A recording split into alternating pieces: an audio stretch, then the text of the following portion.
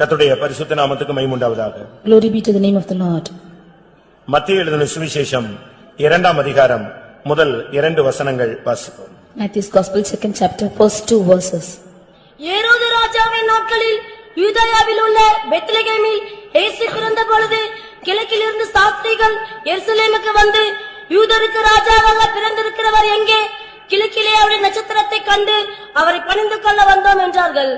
கர்த்தருடைய பரிசுத்த நாமத்துக்கு மகிமை உண்டாவதாக. Glory be to the name of the Lord.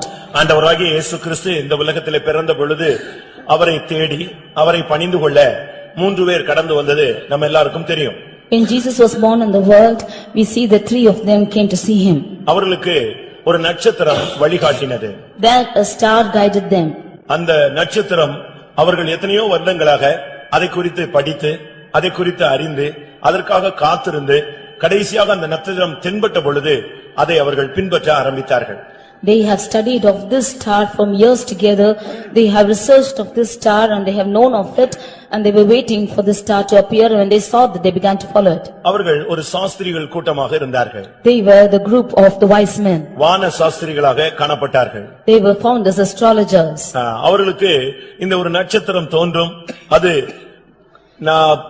கடந்து செல்லும், அது இயேசுவை காட்டும் என்கிற ஒரு அறிவு அவர்களுக்கு கிடைத்திருந்தது. They had a knowledge that there will be a star which would appear and it will lead to the place where Jesus was. அதை குறித்து அவர்கள் ஆராய்ந்து கொண்டே இருந்தார்கள். They were researching about this matter. அந்த ஆராய்ச்சியின் பலனாக இந்த நட்சத்திரம் தென்பட்டபோது அதை அவர்கள் பின்பற்ற ஆரம்பித்தார்கள். As a result of their researches, when this star appeared, they started to follow it. சரித்திரத்திலே அதிலே ஒருவனுடைய பெயர் மெல்சியார் என்று சொல்லி இருக்கிறார்.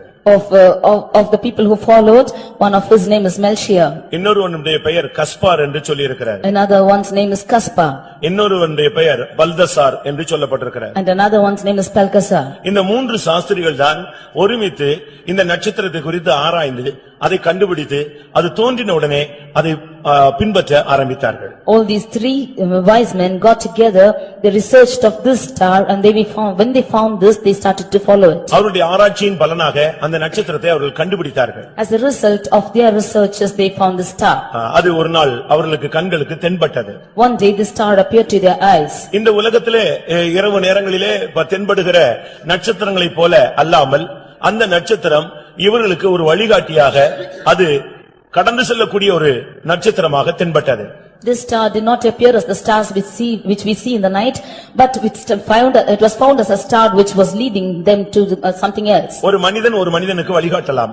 A man can lead another man. இல்லாவிட்டால் யாராவது ஒரு மேப்பை கையில கொடுத்தால் அதை ஃபாலோ பண்ணி அவன் போகலாம். Or if a map is given to them, they could be led by that map. நட்சத்திரம் என்று சொல்லும் பொழுது நம்முடைய பார்வையிலே அது ஒரு சின்ன ஒரு தோற்றமாக தென்படும். When we say a star, it seems to our eyes in a small place. ஆனால் நீங்கள் அதனுடைய ஆராய்ச்சியாளர்களை கேட்டால் அவர்கள் சொல்லுவார்கள் ஒவ்வொரு நட்சத்திரமும் ஒவ்வொரு பூமியின் கோளை போல ஒரு பெரிய சக்தி ஒரு பிரம்மாண்டமான ஒரு தன்மை உள்ளது என்பது அவர்கள் சொல்லுவார்கள். But when you ask for the astrologers, they will say that each star is as big as this earth and it is found as every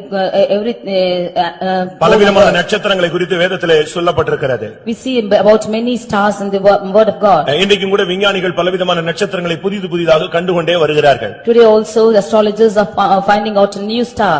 சில நட்சத்திரங்கள் சமீபமாக வரும் பொழுது அதனுடைய ஒளி நமக்கு தென்படுகிறது. Some stars when it come close to us we can find this light of it. சில நட்சத்திரங்கள் ரொம்ப தூரத்தில் இருக்கிற அப்படினால் அது நம்முடைய கண்களுக்கு தென்படுகிறதே இல்லை. Since many stars are very far off, their light is not seen to our eyes. ஆனால் இந்த நட்சத்திரமானது இவர்களுக்கு தென்பட்டு இவர்களுக்கு முன்பாக ஒரு மனிதனை போல நடந்து போய் கொண்டே இருந்தது. But these stars this star appeared to them and walked before them as a man showing them guiding them. அது வானத்திலே தென்பட்டாலும் இவர்களுக்கு அது ஒரு வழியை காட்டிக் கொண்டே போனது.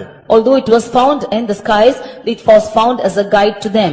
இவர்களுடைய நோக்கம் எப்படி ஆயினும் இதை பின்பற்றி போய் இயேசுவை பார்க்க வேண்டும். Their purpose was to follow the star and somehow see Jesus. மற்றபடி இது அவர்கள் இயேசுவை காண வாய்ப்பு கிடையாது. Other than this, they have no other chance to meet Jesus. அவர்களுக்கு சாஸ்திரங்கள் தெரியும். They know all the wise things. அவர்களுக்கு சாஸ்திரங்கள் தெரியும். They know all enchantments, ஆனால் அவர்களுக்கு இயேசு பிறந்த இடத்தை இல்லாவிட்டால் இயேசுவினிடத்தில் போகக்கூடிய வழி தெரியாது. but they do not know how to go to Jesus. இயேசுவை எப்படி போய் காண்பது? How to go see Jesus? இதற்கு வழி இந்த நட்சத்திரமாக அவர்களுக்கு தென்பட்டது. For this the way was the star alone for them. கர்த்தருடைய பரிசுத்த நாமத்துக்கு மகிமை உண்டாவதாக. Glory be to the holy name of the Lord. காரணம் அவர்கள் அதை பார்த்து தங்களுடைய வாழ்க்கையினுடைய பிறவி பயனை அடைய விரும்பினார்கள். The reason is that they wanted to see that star and to receive the reward. எப்படியாயினும் அந்த பிள்ளையை பார்க்க வேண்டும், தாங்கள் போய் காணிக்கை செலுத்த வேண்டும். They should somehow go see the child and offer their offerings. அதுதான் அவருடைய மிகப்பெரிய திட்டமாக இருந்தது. That was their greatest plan. வேற ஒன்றுமே அவர்களுக்கு இந்த உலகத்திலே வேற எந்த விதமான ஆராய்ச்சியும் அவர்களுக்கு தென்படவில்லை. They have found no other research in this world. அவர்களுடைய நோக்கமே இயேசுவை போய் பார்த்து இயேசுவுக்கு காணிக்கை செலுத்த வேண்டும், அவரை பணிந்து கொள்ள வேண்டும். Their main purpose was to go see Jesus and to offer their gifts to him. ஒரு ஆவிக்குரிய மனிதனுக்கு இந்த உலகத்திலே வேற எந்த சிந்தையும் இருக்க கூடாது. For a spiritual man of God, he should have no other sense in this world. ஒரு ரட்சிக்கப்பட்ட மனிதன் அவன் ஒரு ஞானியாக தென்படுகிறான். A saved person is called as a wise man. ஏனென்றால் அவரே நமக்கு ஞானமும் நீதியும் பரிசுத்தமும் மீட்புமாக காணப்படுகிறார். Because he is our wisdom, our righteousness and our holiness. யாருக்குள்ள பரிசுத்த ஆவி வருகிறதோ அவன் ஒரு சாஸ்திரி போல தென்படுகிறான். In whoever the Holy Spirit comes, they are found as wise men. நம்முடைய நோக்கம் என்ன?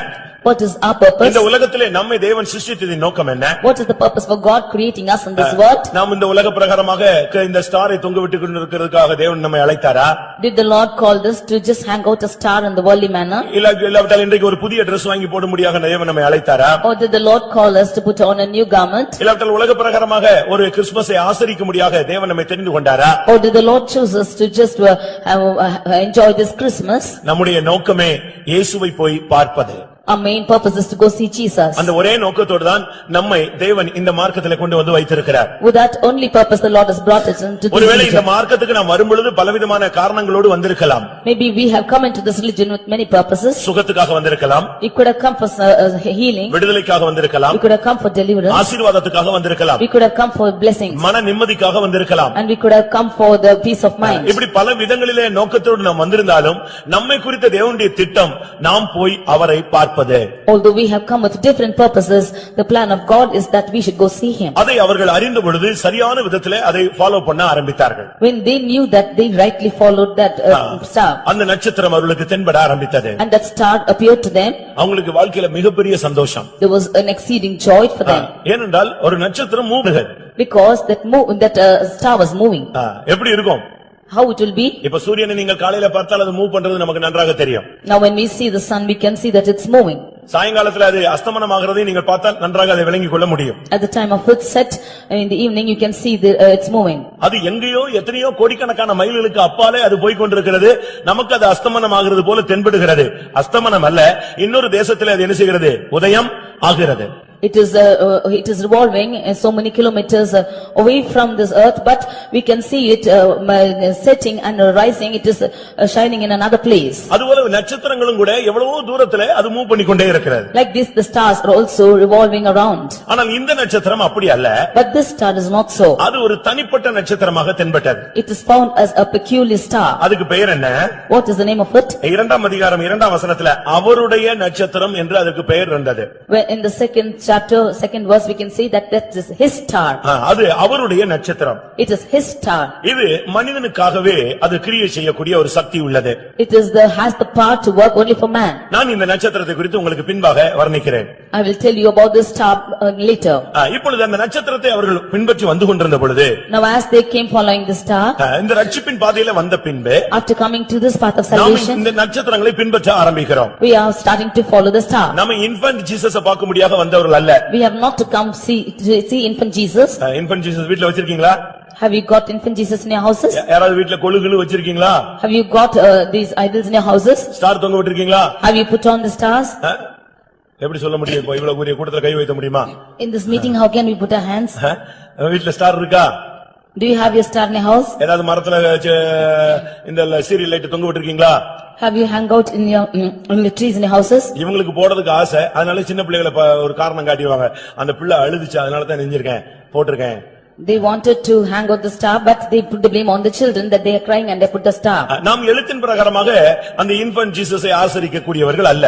We are not worshipping the infant Jesus literally. குழந்தை இயேசுவை ஆராதிக்க வந்தீர்களா வரப்போகிற மகிமையின் இயேசுவை ஆராதிக்க வந்தீர்களா? Have you come to worship infant Jesus or the glory is got to come? நாம் ஆராதிக்க போகிறது வரப்போகிற ராஜாதி ராஜாவாகிய இயேசு கிறிஸ்து. We have come to worship the coming Lord and Lords, the Jesus Christ. அவர் எவ்வளவு தாழ்மையாக வந்தார், See how humbly he came to this world. எவ்வளவு ஏழ்மையிலே வந்தார், See how lowliness he came to the world. எப்படிப்பட்ட தாழ்மையிலே வளர்ந்தார். See how he grew in his humility. அதெல்லாம் நம்ம செய்ய முடியாது. We cannot do all that. ஆனால் நாம் இந்த உலக பிரகாரமான ஆசரிப்பு நமக்கு அவசியம் இல்லை. But what happens when you have the worldly desires in you? நாம் இப்பொழுது இயேசுவை போய் எப்படி பார்ப்போம்? How can we go see Jesus? பரலோகத்துல போய் இன்ஃபன்ட் ஜீசஸ் பாப்பீங்களா? Will you go see infant Jesus in heaven? அப்படி அங்க ஒருத்தர் இருக்காரா? Will he be like that in heaven? நீங்க அப்படிப்பட்டவரை பார்க்கணும்னா இப்ப இங்க உள்ள சர்ச்சுகள்ல போய் பார்க்கலாம் குழந்தை இயேசுவை. You can go see infant Jesus in the churches here. கல்லாக மண்ணாக இருப்பார். He will be as a stone or an idol. ஆனால் நாம் போய் பார்க்கிறது அப்படிப்பட்ட தெய்வத்தை அல்ல.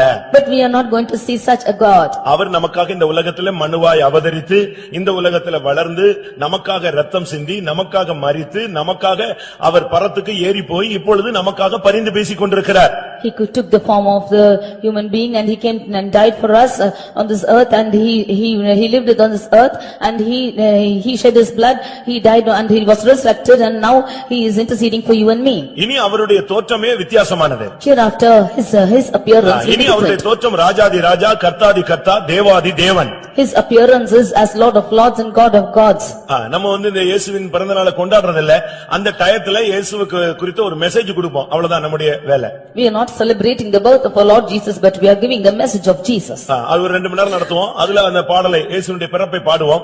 இயேசுவினுடைய பிறப்பின் வர்த்தமானங்களை ஆவிக்குரிய ரீதியிலே ஒப்பிட்டு பேசுவோம். We sing the songs of the birth of Jesus, and we compare the spiritual angle of the birth of Jesus and speak to you. அப்படினா நாம் ரட்சிக்கப்பட்டு விட்டோம். We have been saved. இனிமேல் நாம் ஆசரிக்க வேண்டிய அவசியம் இல்லை. Hereafter it's not needful for us to நாம் observe. ஞானஸ்நானம் பெற்று விட்டோம். We have been baptized. நாம் கிறிஸ்துவை தரித்துக் கொண்ட பின்பு கிறிஸ்துவை குழந்தையாக பார்க்க வேண்டிய அவசியம் இல்லை. After putting on Jesus Christ, we should need not see him as a child. நாம் அபிஷேகம் பெற்றப்பட்டு விட்டோம். We have been anointed. நாம் இப்பொழுது ஆலயமாக மாறி விட்டோம். And we have become the temple of God. இனி நாம் தேவனை நேரடியாக முகமுகமாக சந்திக்க வேண்டும். Hereafter we should face Jesus face to face. இப்பொழுது தேவனுடைய பிள்ளைகளாக இருக்கிறோம். Now we are the children of இனி God. எவ்விதமாக இருப்போம் என்று அறியோம். We do not know how we are going to be appearing. அவர் வெளிப்படும் பொழுது அவருக்கு ஒப்பா இருப்போம் என்று அறிந்திருக்கிறோம். But when he appears, we know that we shall be like him. அவர் இன்ஃபன்ட் ஜீசஸ் இருந்தா நீங்க அவருக்கு ஒப்பா இருக்கணும்னா நீங்க எப்படி தான் மாறணும்? If you are as an infant infant Jesus, அதான் என்ன செய்யணும்? மாறணும். if you are an infant Jesus, when he appears, if you want to be infants, you should turn as infants. அப்படி அல்ல பிரியமானவர்களே. If it's not so. ரட்சிக்கப்பட்டவனுக்கு Christmas ஒரு விழா அல்ல. For a saved person, Christmas is not a festival. நம்ம விசுவாசிகள் கூட கல்யாணம் கட்டிட்டா கிறிஸ்துமஸ்க்கு அங்க இங்கேயும் டைவ் அடிச்சிட்டு இருக்காங்க. Even our believers, if they are married, then they go here and there for Christmas. சரி, அதுக்கு ஒரு புது Dress கிடைக்குது, அது வரைக்கும் சந்தோஷம். Good that you are getting a new dress. மற்றபடி வேற ஒண்ணும் கிடைக்காது. சாப்பாடு போடுவாங்க. They will give a good food. அதுக்கு பிறகு நீங்க பழைய நிலவரத்துக்கு தான் போய் நிக்கணும். For ஓல்ட் ஸ்டேஜ்க்கு தான் திருப்பி போய் you நிக்கணும். will have to go to the old stage alone. சரி, பரவாயில்ல. அதுக்கு ஒரு நாளைக்கு வேணா ஒரு Dressக்காக நீங்க என்ன செய்யலாம்? தேசம் விட்டு தேசம் போலாம், கண்டம் விட்டு கண்டம் போலாம், ஊர் விட்டு என்ன செய்யலாம்? ஊரும் போகலாம். For one dress, you can go from place to place, and you can go from continent to continent. அதுக்கு காரணம் இன்னும் நம்ம உலக வழிபாடுகளுக்கு இன்னும் என்ன செய்யவில்லை? மரிக்கவில்லை. That is because we have not died to the rituals of this world. இப்பொழுது அவர்கள் புறப்பட்டு விட்டார்கள். Now they have started. இப்ப அவங்க மைண்ட் முழுதும் இயேசுவை பார்க்கணும். And the wife is seeing Jesus. இந்த நட்சத்திரம் காடு மலை எல்லாம் போயிட்டே இருக்கு. And this star is going from morning and day and night. காடு மலைகள் போய்க்கொண்டே இருக்கு. It's going above the mountains and hills. அது வாட்டுக்கு போயிட்டே இருக்கு, இவங்க ஃபாலோ பண்ணிட்டே இருக்காங்க. The stars keeping on going and they are following it. அது மலைகளை தாண்டுகிறது, இவங்களும் மலையை தாண்டுறாங்க. It is going and crossing the mountain, and they are crossing the mountain. அது தண்ணி ஆறுகளை கடக்கிறது, இவங்களும் ஆறுகளை கடக்குறாங்க. It's crossing the rivers and they are crossing the rivers. கரடு முரடான பாதைகளுக்கு போது இவங்களும் அதை ஃபாலோ பண்றாங்க. It is going through crooked and perverse paths, and they are going through those paths. அவங்களுடைய மைண்ட் முழுசும் இத விட்டுற கூடாது, இத ஃபாலோ பண்ணி போய் அதை டச் இயேசுவை பார்க்கணும். Their mind was totally to follow the star and somehow see Jesus. கிளம்பும் போதே ஒருவன் பொன்னை எடுத்து வைத்துக் கொண்டான். When they started, one took the goat. ஒருவன் இரண்டாவது அவன் வெள்ளை போளத்தை எடுத்து வைத்துக் கொண்டான். One took the myrrh. மூணாவது இன்னொருத்தன் தூப வர்க்கத்தை எடுத்து வைத்துக் கொண்டான். And the other took the frankincense. இது அப்பொழுது விலையேற பெற்ற தன்மை உள்ளவைகள். These have precious things in them. அது அவன்கிட்ட இருந்தது. And those were found in them. ஒரு ஆளு பொன்னை எடுத்துக்கொண்டான், ஒருவன் தூப வர்க்கத்தை எடுத்துக்கொண்டான், ஒருவன் வெள்ளை போலத்தை எடுத்துக்கொண்டான். One took gold and the other myrrh and the other frankincense. இவங்க நினைச்ச மாதிரி சுலபமா போய் சேர முடியவில்லை. And as they thought they could not go comfortably and reach the place. பலவிதமான பாதைகளுக்கு மத்தியில் தான் இது பலவிதமான ஊர்களை வழியாக இது போய்க்கொண்டே இருந்தது. In the midst of many paths they had to go through. அவங்களுக்கு ஒரு clue கிடைத்திருந்தது. They did not have a அவங்களுக்கு ஒரு க்ளூ ஒரு இடம் தெரிந்திருந்தது. They found a place as a clue. இயேசு எங்க பிறப்பாரு? As to where Jesus is born. யூதேயாவில் உள்ள பெத்லகேமில் பிறப்பார். He will be born in Bethlehem of Judea. அப்படினால அந்த ஒரு நம்பிக்கையில அவங்க வந்து கொண்டே இருந்தார். With this hope they had followed. பிரியமானவர்களே, நீங்கள் இப்பொழுது எங்கே பயணப்பட்டுக் கொண்டிருக்கிறீர்கள்? Dear beloved, where are you traveling today? இந்த நட்சத்திரத்தை பின்பற்றி நீ எங்கே போய் கொண்டிருக்கிறாய்? Where are you following this star to? உன்னுடைய பயணம் இயேசுவை நோக்கி போய் கொண்டிருக்கிறதா? எங்கே போய் கொண்டிருக்கிறது? Where is your journey? Is your journey towards Jesus or where it's going to? இப்பொழுது அவங்களுடைய மைண்ட் முழுவதும் இயேசுவை பார்க்கணும். இத கொண்டு போய் அங்க சேர்த்தறணும். அவரை பணிந்து கொள்ளணும். அதுதான் வாழ்வின் லட்சியம். Now his mind is fully that they should go and see Jesus and somehow restore these things to him. அவங்க படிச்சவங்களா, வசதி உள்ளவங்களா, அவங்க எப்படிப்பட்டவங்க, அவங்க பழைய குடும்பம் என்ன, அதெல்லாம் பைபிள்ல சொல்லப்படவே இல்லை. It's not told in the Bible whether they are educated or whether they are of a luxurious life or they have any facilities. இயேசுவை பணிந்து கொண்ட பிறகு அதுக்கு பிறகு அவங்களுக்கு ஹிஸ்டரி சொல்லப்படவே இல்லை. After the worship of Jesus, their history is not told at all. இந்த கிளம்புனதுல இருந்து முடிந்ததோடு அவங்களுடைய வாழ்வின் லட்சியம் முடிந்துவிட்டது. From the beginning until the end they saw Jesus, their life is ended with that. ரட்சிக்கப்பட்ட நாளிலிருந்து நீ இயேசுவை போய் சந்திப்பது வரைதான் தேவனுடைய திட்டத்திலே நீ இருக்கிறாய். You are in the plan of God from the time you are saved until you see Jesus. இப்பொழுது இந்த நட்சத்திரம் அங்கே யூதேயாவுக்கு வந்து சேர்ந்து விட்டது. Now this star came and reached Judea. இப்பொழுது அவர்கள் நேராக அந்த நட்சத்திரத்தை ஃபாலோ பண்ணியே வந்தபோது இப்பொழுது குறிக்கப்பட்ட அவருடைய அறிவிலே தென்பட்ட இடத்துக்கு அது வந்தது. Now as they followed this star into Judea, they came to the place wherein it was nearby. நாம் ரட்சிக்கப்பட்டோம். We have been saved. அபிஷேகம் பண்ணப்பட்டோம். We have been anointed. இப்பொழுது நாம் இயேசுவை பார்க்க பயணப்பட்டு கொண்டே இருக்கிறோம். Now we are traveling onwards to see Jesus. என்ன நடந்தது? What happened? இந்த நட்சத்திரம் அந்த ஏரோதின் அரண்மனையை கிராஸ் பண்ணி போக ஆரம்பித்தது. This star started to cross this Herod's palace. அது காடு, மலைகள், கரடு முரடான இடங்கள், வனாந்தரங்கள் எல்லாம் கடந்து வந்தது. இவங்க ஃபாலோ பண்ணிட்டே வந்துட்டாங்க. It went through mountains, hills, valleys and traverse paths and they crossed and came. ஆனா இப்போ ஒரு அரண்மனையை அது கிராஸ் பண்ணுது. But now it's crossing the palace. இவங்க இங்கதான் தங்களுடைய புத்தியை பறிகொடுத்து விட்டார்கள். Here they gave their mind to them. இந்த இடத்துக்கு வந்தபோதுதான் அவங்களுடைய மனதுல ஒரு பெரிய கலக்கம், ஒரு போராட்டம் வந்தது. அந்த அரண்மனைக்கு தான் வந்துருச்சு போல் இருக்குன்னு சொல்லிட்டு இவங்க நட்சத்திரத்தை விட்டுட்டு அரண்மனைக்குள்ள பூந்துட்டாங்க. When they came here, they thought that that person is born in this palace alone and they went into that palace. அவ்வளவு நேரம் கரெக்ட்டா ஃபாலோ பண்ணி வந்தவங்க till then they who follow the star correctly, இந்த இடத்துக்கு வந்தபோது இவங்க சுய புத்தியை சார்ந்து விட்டார்கள். After they came to this place, they relied on their self wisdom. ஏனென்றா அவங்களுடைய மனதுல இருந்த அறிவு என்ன தெரியுமா? Because the wisdom in their mind was, அவர் யூதருக்கு ராஜா. He is the king of Judah. இந்த மைண்ட் இருந்ததனால ராஜா எங்கதான் பிறப்பாரு? ராஜா எங்க பிறப்பாரு? ராஜா அரண்மனையில தான் பிறந்திருப்பாரு. அதனால நேரா இவங்க அரண்மனைக்குள்ள கால் எடுத்து வச்சிட்டாங்க. They had in their mind that he is the king of Judah and therefore the king will be born in the palace and they went in right in the palace. ஆனா இவங்க அரண்மனையை பார்த்தாங்க. ஆனா நட்சத்திரம் அதையும் கிராஸ் பண்ணி போயிருச்சுங்கிறது இவங்களுக்கு என்ன செய்யல? தெரியல. They saw the palace but they did not know that the star even crossed that palace and went. இயேசுவை பார்க்கும்படியாக இந்த பயணம், இந்த விசுவாச பயணத்திலே போகும் பொழுது அரண்மனை சுகபோக வாழ்வை பார்த்த உடனே நீ நின்று விட்டாயா? When you started this life following the star to see Jesus, have you in your spiritual life stopped in your luxurious life? நான் மறுபடியும் கேட்கிறேன். I again ask you, இயேசுவை பார்க்கும்படியாக உள்ள இந்த விசுவாச பயணத்திலே சுகபோக வாழ்வு உனக்கு தென்பட்ட உடனே அரண்மனை வாழ்விலே நின்று விட்டாயா? In this life of faith that you have started with Jesus, have you stopped when you saw the life of palace or luxurious life? இன்னைக்கு अनेகர் அப்படித்தான் நின்று விட்டார்கள். Many of them have stopped like this. அரண்மனையில தான் இருப்பார்னு நினைச்சிட்டு உள்ள பூந்துட்டாங்க. They saw that this palace is there and they went into it. அதனால அவருடைய பயணம் தடைப்பட்டது. Therefore their journey was hindered. இன்னைக்கு ஆவிக்குரிய ஜீவியத்திலே இயேசுவை பார்க்க பயணப்பட்ட अनेகர், விசுவாச வாழ்க்கையை எடுத்துக்கொண்டு கையிலே வைத்துக்கொண்டு பயணப்பட்ட अनेகர் தங்களுடைய வாழ்க்கையிலே பாதை மாறி போய் கொண்டிருப்பதை சபையிலே பார்க்கலாம். Now we can see in the church, many of them who have started their journey of faith, they have perversed in their path and they have gone away. இவங்க நேரா ஏரோதுக்கு முன்னால போய் நின்னாங்க. They have gone right before Herod and stood. அவங்க போய் கேட்டாங்க, யூதருக்கு ராஜாவாக பிறந்திருக்கிறவர் எங்கே? They went and asked him, where is the king of Jews who is born? அவர் என்ன ஏரோதுக்கு பையனாவா பிறந்திருக்கிறாரு? Was he born to Herod? அவர் யோசேப்புக்கு மகனாக பிறந்திருக்கிறார். He was born to Joseph. அவர் மரியாளுக்கு மகனாக பிறந்திருக்கிறார். He was born through Mary. ஆனா இவங்க நினைச்சது ஏரோதுக்கு மகனா பிறந்திருப்பாருன்னு சொல்லிட்டு அரண்மனைக்கு போய் நின்னாங்க. But they thought he will be born as the son to Herod and they went and stood in the palace. அருமையானவர்களே, உங்களுடைய விசுவாச பயணம் எங்கே போய் கொண்டிருக்கிறது? Dear beloved, where is your journey of faith உங்களுடைய going to? ஆவிக்குரிய பயணம் எங்கே போய் Where கொண்டிருக்கிறது? is your spiritual journey going to? உன்னுடைய இலக்கு எது? Where is your goal? உன்னுடைய இலக்கு இயேசுவை பார்ப்பதாக இருந்தாலும் நீ போய் சேர்ந்த இடம் ஒரு ஏரோதின் அரண்மனை என்பதை நீ புரிந்து கொள்ள வேண்டும். Although your goal is to go to see Jesus, you should understand the place you have gone is the palace of Herod. ஏரோது என்றால் அதுக்கு பலவிதமான தன்மைகள். ஏரோது என்றால் ஒரு அரசாட்சியினுடைய மேலான ஒரு பதவியினுடைய பெயர். Herod means it is the name given to a reign.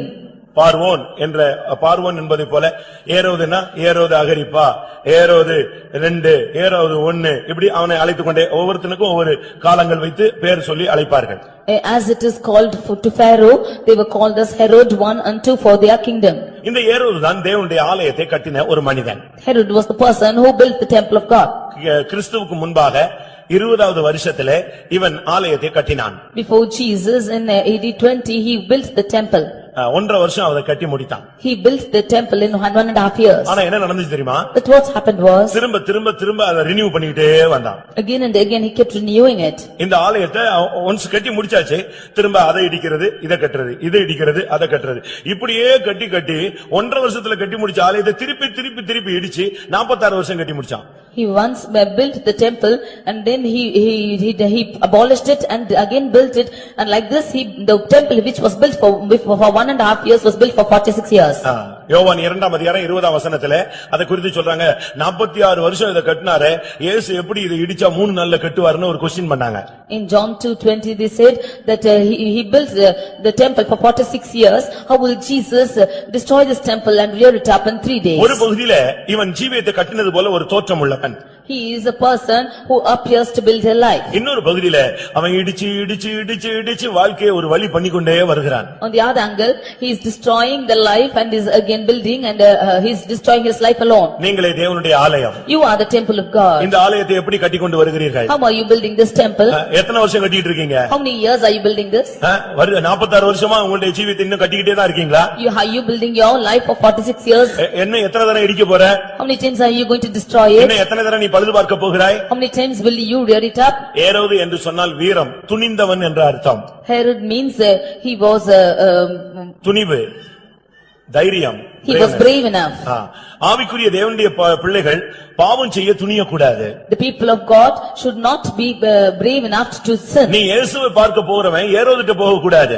One who goes to see Jesus should not go to see Herod. உன்னுடைய இலக்கு இயேசுவை தவிர உன்னுடைய இலக்கு ஏரோது அல்ல. Your goal is Jesus and not Herod. நீ போக வேண்டிய இடம் மாட்டுக்கொட்டிலே தவிர நீ போக வேண்டிய இடம் அரண்மனை அல்ல. You had to go to manger and not to palace. இவங்க நேரா போய் ஏரோதுட்ட போய் சேர்ந்தாங்க. They rightly went to Herod. எவ்வளவு புத்திசாலிகளா இருந்தாலும் சில நேரத்துல புத்தியை பறி கொடுத்துறாங்க. However wise they are, somehow they give their mind to that. ரொம்ப பயங்கரமான எழுப்புதெல்லாம் காட்டுவாங்க, திடீர்னு பார்த்தா ஆள் எங்கேயோ போய் சொருகிறான். They will show a great revival, but somehow they will escape into another place. இந்த பள்ளி ஊருக்கெல்லாம் சாத்திரம் சொல்லணும், பிச்சு பிச்சு பிச்சுன்னு சவுண்ட் கொடுத்து. The lizard will tell its enchantments to everyone. பொத்துன்னு கலனி பானையில போய் விழுந்துருன்னு சொல்லுவாங்க. And it will immediately go into the pots and pot. ஊருக்கெல்லாம் நல்ல காலம் சொல்லி கடைசில இதுக்கு கெட்ட காலமா போயிடுச்சு. All what you tell to the others was good, but for it was bad. எத்தனையோ வருஷம் ஆராய்ச்சி பண்ணி இந்த நட்சத்திரத்தை கண்டுபிடிச்சு நட்சத்திரத்தை ஃபாலோ பண்ணி கடைசில போய் சேர்ந்து இயேசுட்ட போகாம நேரா போய் சேர்ந்த இடம் ஏரோது. For many years they searched the star, they researched and somehow they followed to see Jesus, but they went and landed with Herod. ஏரோதுக்கு பலவிதமான தன்மைகள் சொல்லப்பட்டிருக்கிறது. Herod has many meanings for him. ஏரோதினுடைய ஆவி கொலை செய்யக்கூடிய ஆவி. Herod's spirit was to murder. நம்ம இயேசுவை பார்க்க போய் ஏரோதை பார்க்க போனா நீங்கள் மனுஷ கொலைபாதகனாய் மாறுவீர்கள். If you have to, you who want to see Jesus go see Herod, then you will become people who are murdering men. மத்தேயு 2ஆம் அதிகாரம் 16ஆம் வசனத்தை பார்க்கும் பொழுது மத்தேயு 2:16 Matthew 2:16 when we read, அவன் இருக்கிற ஆண் பிள்ளைகள் அனைத்தையும் கொலை செய்தான். he killed all the male child. இது ஜெயஜீவத்தை அழிப்பதை காண்பிக்கிறது. This is showing destroying the the overcoming life. வெளிப்படுத்தல் 12 அந்த ஆண் பிள்ளை சிங்காசனத்துக்கு எடுத்துக்கொள்ளப்பட்டது. In Revelation 12 chapter we see the male child was caught up to the throne. இங்கே நாம் பார்க்கும் பொழுது இந்த ஏரோது ஆண் பிள்ளையை கொலை செய்ய ஆரம்பித்தான். Here we see Herod began to kill the male children. நீ இயேசுவை பார்க்க போய் அரண்மனைக்கு சுகபோக வாழ்க்கைக்கு போனால் உன்னுடைய ஜெய ஜீவியம் நஷ்டப்படுகிறது. After going to see Jesus, if you go into the life of palace, then your overcoming life is destroyed. இது அன்பின் மார்க்கம். This is the religion of love. இது அன்பின் மார்க்கமாக தென்படுகிறது. This is the religion of love. தேவன் அன்பாகவே இருக்கிறார். God is love. தன்னுடைய குமாரனை கொடுத்து இவ்வளவாய் உலகத்தில் அன்பு கூர்ந்தவர். He gave his son and he likewise loved the world. இந்த மார்க்கத்திலே வந்த பின்பு உன் சகோதரனை நீ பகைக்க கூடாது. After coming into this religion, you should not hate your than brother. சகோதரனை பகைக்கிறவன் மனுஷ கொலை பாதகன் என்று வேதம் சொல்லுகிறது. He who hates his brother is a murderer, says the word of God. மத்தேயு 2:16 மறுபடி பார்க்கும் பொழுது Matthew 2nd chapter 16th verse when you see again, அவனுடைய இன்னொரு குணம் மிகுந்த கோபம் என்று சொல்லி இருக்கிறது. he was a very arrogant, wrath person. மிகுந்த கோபம் அவனுக்கு இருந்தது. He had exceeding wrath in him. ஆதியாகமம் 49 பார்க்கும் பொழுது In Genesis 49 chapter, அங்கே கோபம் சபிக்கப்பட்ட ஒரு குணம் என்று சொல்லப்பட்டிருக்கிறது. we see that anger is a cursed nature. ஒரு தேவனுடைய பிள்ளை சபிக்கப்பட்ட குணங்களுக்குள்ளே சிக்கிக் கொள்ளக் கூடாது. A child of God should not go into cursed natures. பிரியமானவர்களே, உங்களில் எத்தனை பேர் உங்களுடைய பாதையை மாற்றி இந்த கிறிஸ்தவ பாதையிலே இயேசுவை விட்டுவிட்டு ஏரோதை நோக்கி மாம்சீகமான குணங்களுக்குள்ளே சிக்கிக் கொண்டிருக்கிறீர்கள்? Dear beloved, how many of you have left your path and have gone and clung yourself with the worldly affections and lusts? மத்தேயு 2:3 பார்க்கும் பொழுது, If you read in Matthew's Gospel 2:3, ஏரோது கலங்க ஆரம்பித்தான். Herod became troubled. இந்த மார்க்கத்திலே வந்த பின்பு உங்களுடைய இருதயம் கலங்காதிருப்பதாக. After coming into this religion, your heart should not be troubled. தேவனிடத்தில் விசுவாசமாயிருங்கள், என்னிடத்தில் விசுவாசமாயிருங்கள் என்று இயேசு சொன்னார். Have faith in God, have faith also in me, says Jesus. ஆனால் இங்கே ஏரோது கலங்க ஆரம்பித்தான். But Herod was troubled. ஆவிக்குரிய ஜீவியத்திலே கடந்து வந்த பின்பு கலக்கம் என்பது ஒரு தோல்விகரமான ஒரு வாழ்க்கை. After coming to the spiritual life, this life of trouble is a failure life. மத்தேயு 14 பார்க்கும் பொழுது, When you read in Matthew's Gospel 14th chapter, 6 வசனத்திலே அவன் பிறந்த நாள் கொண்டாடக்கூடிய ஒரு நபர். in 6th verse we see that he was celebrating his birthday. நம்முடைய பிறந்த நாளை கொண்டாடக்கூடாது, இயேசுவின் பிறந்த நாளும் கொண்டாடக்கூடாது. We should not celebrate our birthday, neither Jesus' birthday. நீங்க உலக சரித்திரத்தை கணக்கு போட்டு பார்த்தால் இன்றைக்கு தான் இயேசு பிறந்தார்னு கன்ஃபார்ம் பண்ணவே முடியாது. If you should calculate the history of the world, you cannot confirm that Jesus was born today. ஒவ்வொரு காலகட்டங்களை நம்ம விசாரிக்கும் பொழுது சரியான டேட்டை யாருமே ஃபிக்ஸ் பண்ண முடியாது. If you should inquire of the times, nobody can fix the correct date.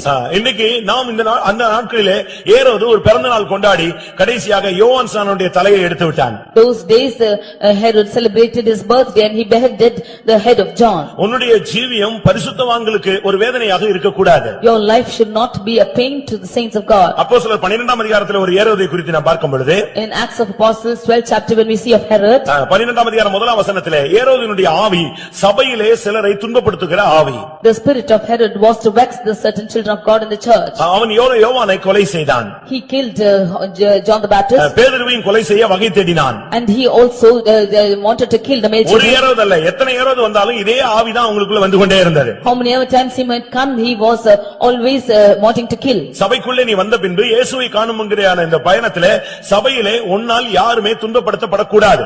After coming to see Jesus in the church, you should not vex anybody in the church. அது உன்னுடைய ஜீவியத்தை நஷ்டப்படுத்தி விடும். That will destroy your life.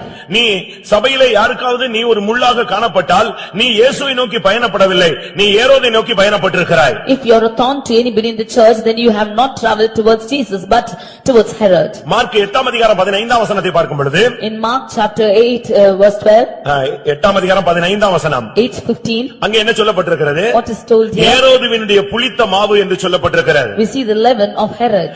இது பழைய ஜீவியத்தை காண்பிக்கிறது. This shows the life, old life. ஒரு தேவனுடைய பிள்ளை இந்த மார்க்கத்துக்குள்ளே வந்த பின்பு அவன் ஜென்மஸ்வபாவத்துக்கு அவன் விட்டுவிட்டிருக்க வேண்டியது அவசியம். After coming into this religion, a child of God should have left his old characters. நீங்கள் இதுக்குள்ள வந்த பின்பு மறுபடியும் நீங்கள் ஜென்மஸ்வபாவத்துக்குள்ளே நீங்கள் இடம் கொடுக்க கூடாது. After coming into this religion, you should not cling on to your old characters. இந்த மார்க்கம் கிறிஸ்துவை உனக்கு போதிக்கிறதே தவிர இந்த மார்க்கம் பழைய சுபாவத்தை உனக்கு போதிக்கிறது அல்ல.